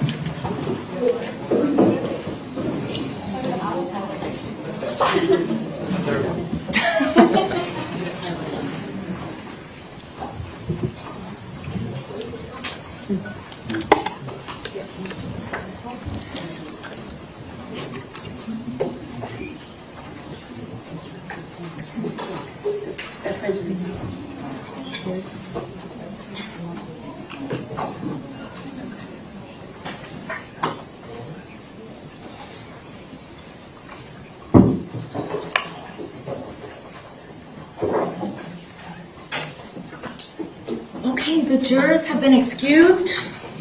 I couldn't resist the pilot. I've been meaning to make some kind of pilot analogy, but I think that actually worked out well. I think they all understand. So as for today, is there anything else that we need to discuss? I would ask that before Monday, you all forward me as you have it prepared, even if it's on the weekend, any motions, any objections, any proposed jury instructions, any proposed special jury instructions, so that I can carefully review it before we start on Monday morning? Yes. Is there anything that I may have missed or forgotten to address? Judge, we have a witness here that we need to proffer her testimony for the appellate record. It's Miss Mary Hamill. We need to have her come in, and Mr. Sh00ter has some questions to ask her. She has testimony about the sexual abuse between Nikolas Cruz and Rocky, and she was also the individual who called the Broward Sheriff's Office in an effort to try and get somebody to come out and help the Cruz family. And she also called the FBI, so we'd be asking that what we had previously asked the court to take judicial notice of, that it now be moved into evidence, since we'll be able to prove the relevancy of that document. But we need to be able to put her testimony on the record, and I realize that the court has already ruled that that's not admissible before the jury, so we just need to make sure that it's on the appellate record. So we're requesting an opportunity to proffer Mary Hamlin's testimony. And she's present outside, Judge. Who's the point person from the state on this issue? Judge, I will, Your Honor, they can do what they want. If they want to proffer something on the record, we're not going to say they can't, but this seems untimely. They just can't pick a time to now offer evidence or preserve the record. It has to be done contemporaneous with an objection. And this is not contemporaneous. The case is closed. So the court, the purpose of a proffer is to put the court on notice, the trial court on notice of what testimony the defense believes should be admissible. They should have done it at the time. They should have called this witness, and they didn't. Why can't you just use her deposition or some statement for your proffer? I don't know why this is necessary. Well, Judge, it's necessary because it's a capital case, and for appellate purposes, we need to have the proffer on the record. I understand Mr. Marcus's objection. However, we did not, it was the court's position that system failures could be admitted if you believe that it would be relevant. And by the way, you said that. I remember you saying that a couple of times. When I pulled the order, I don't see where I said that. I'll get you the transcript. Because it was right after he fled and we discussed it again, because the posture of the case had changed. But I can get you the transcript if you want to review that. So we have the witness here. The court has ruled, and we respect the court's ruling that sexual abuse is not admissible. We respect the court's ruling that any third-party negligence, what the state is referring to, and is what we're referring to as red flags or missed opportunities to prevent this from happening, we need to be able to have access to the record and get this testimony from this witness. And as the court is well aware, it can be deemed error for the court to prohibit the defense from having access to the record and making a proffer. Oh, you haven't been denied access to the record. No, I'm not saying that. I was just making the court aware of that.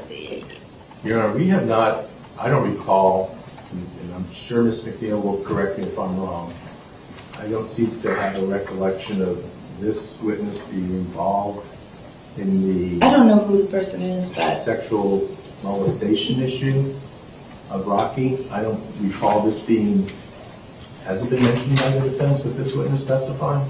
I know that it was Paul Gold and Trish Westerland.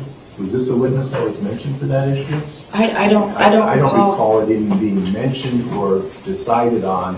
And now that the case is over with, now they want to proffer additional evidence of the sexual molestation. It's just not timely. Judge, we're not proffering, this is not for the jury. This is simply for the appellate record. But did you even attempt to call this witness during your case? No, because we were respecting the court's ruling, which said that that's not admissible and that any evidence of third-party negligence is not admissible either. This is the woman that called the FBI. This is the reason why the FBI settled and gave the victims' families $129 million. I mean, her testimony is very relevant to the appellate record. And I could say maybe it'll take 30 minutes. In an abundance of caution, we're asking the court to seriously consider our request to make a proffer of this evidence. Well, why didn't you try to proffer her before you closed your case? I mean, why are you doing it when the case isn't over until the verdict has been read? And this is a proffer. This is not evidence that we're trying to seek to admit for the jury. A proffer is admissible anytime for the jury.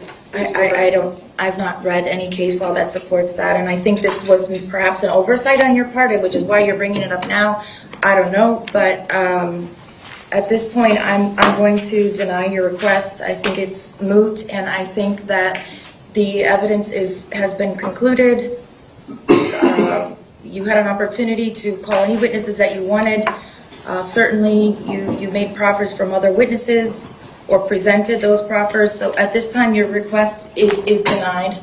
Okay, Judge, can I just put a couple things on the record? You may. Okay, Mrs. Mary Hamlin is one of Linda's oldest friends. They grew up together. She could testify about the relationship, about Linda's childhood.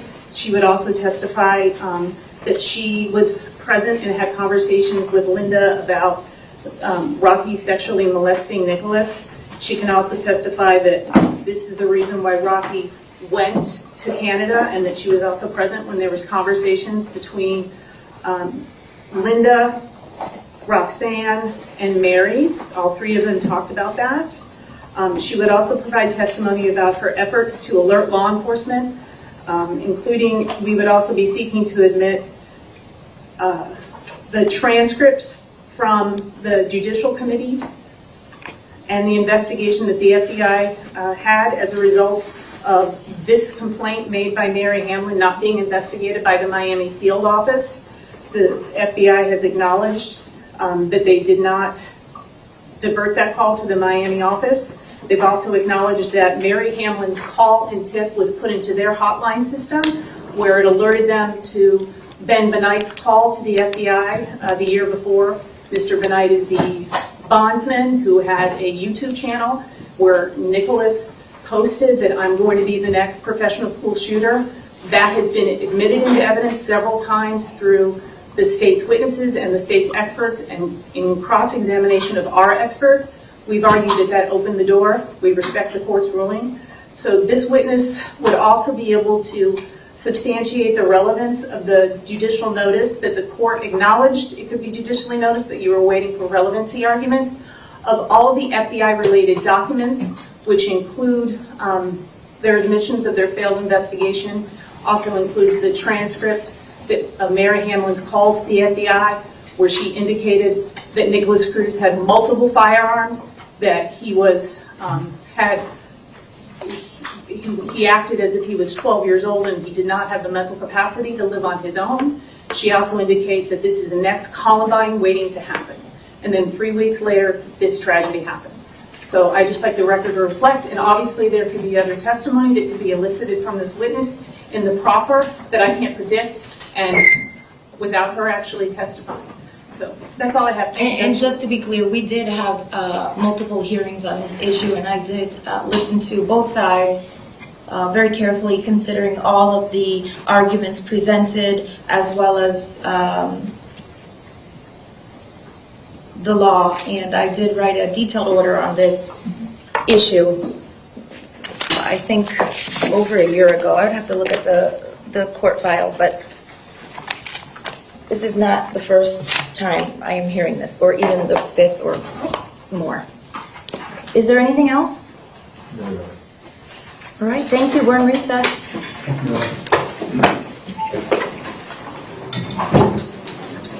Yes. What now?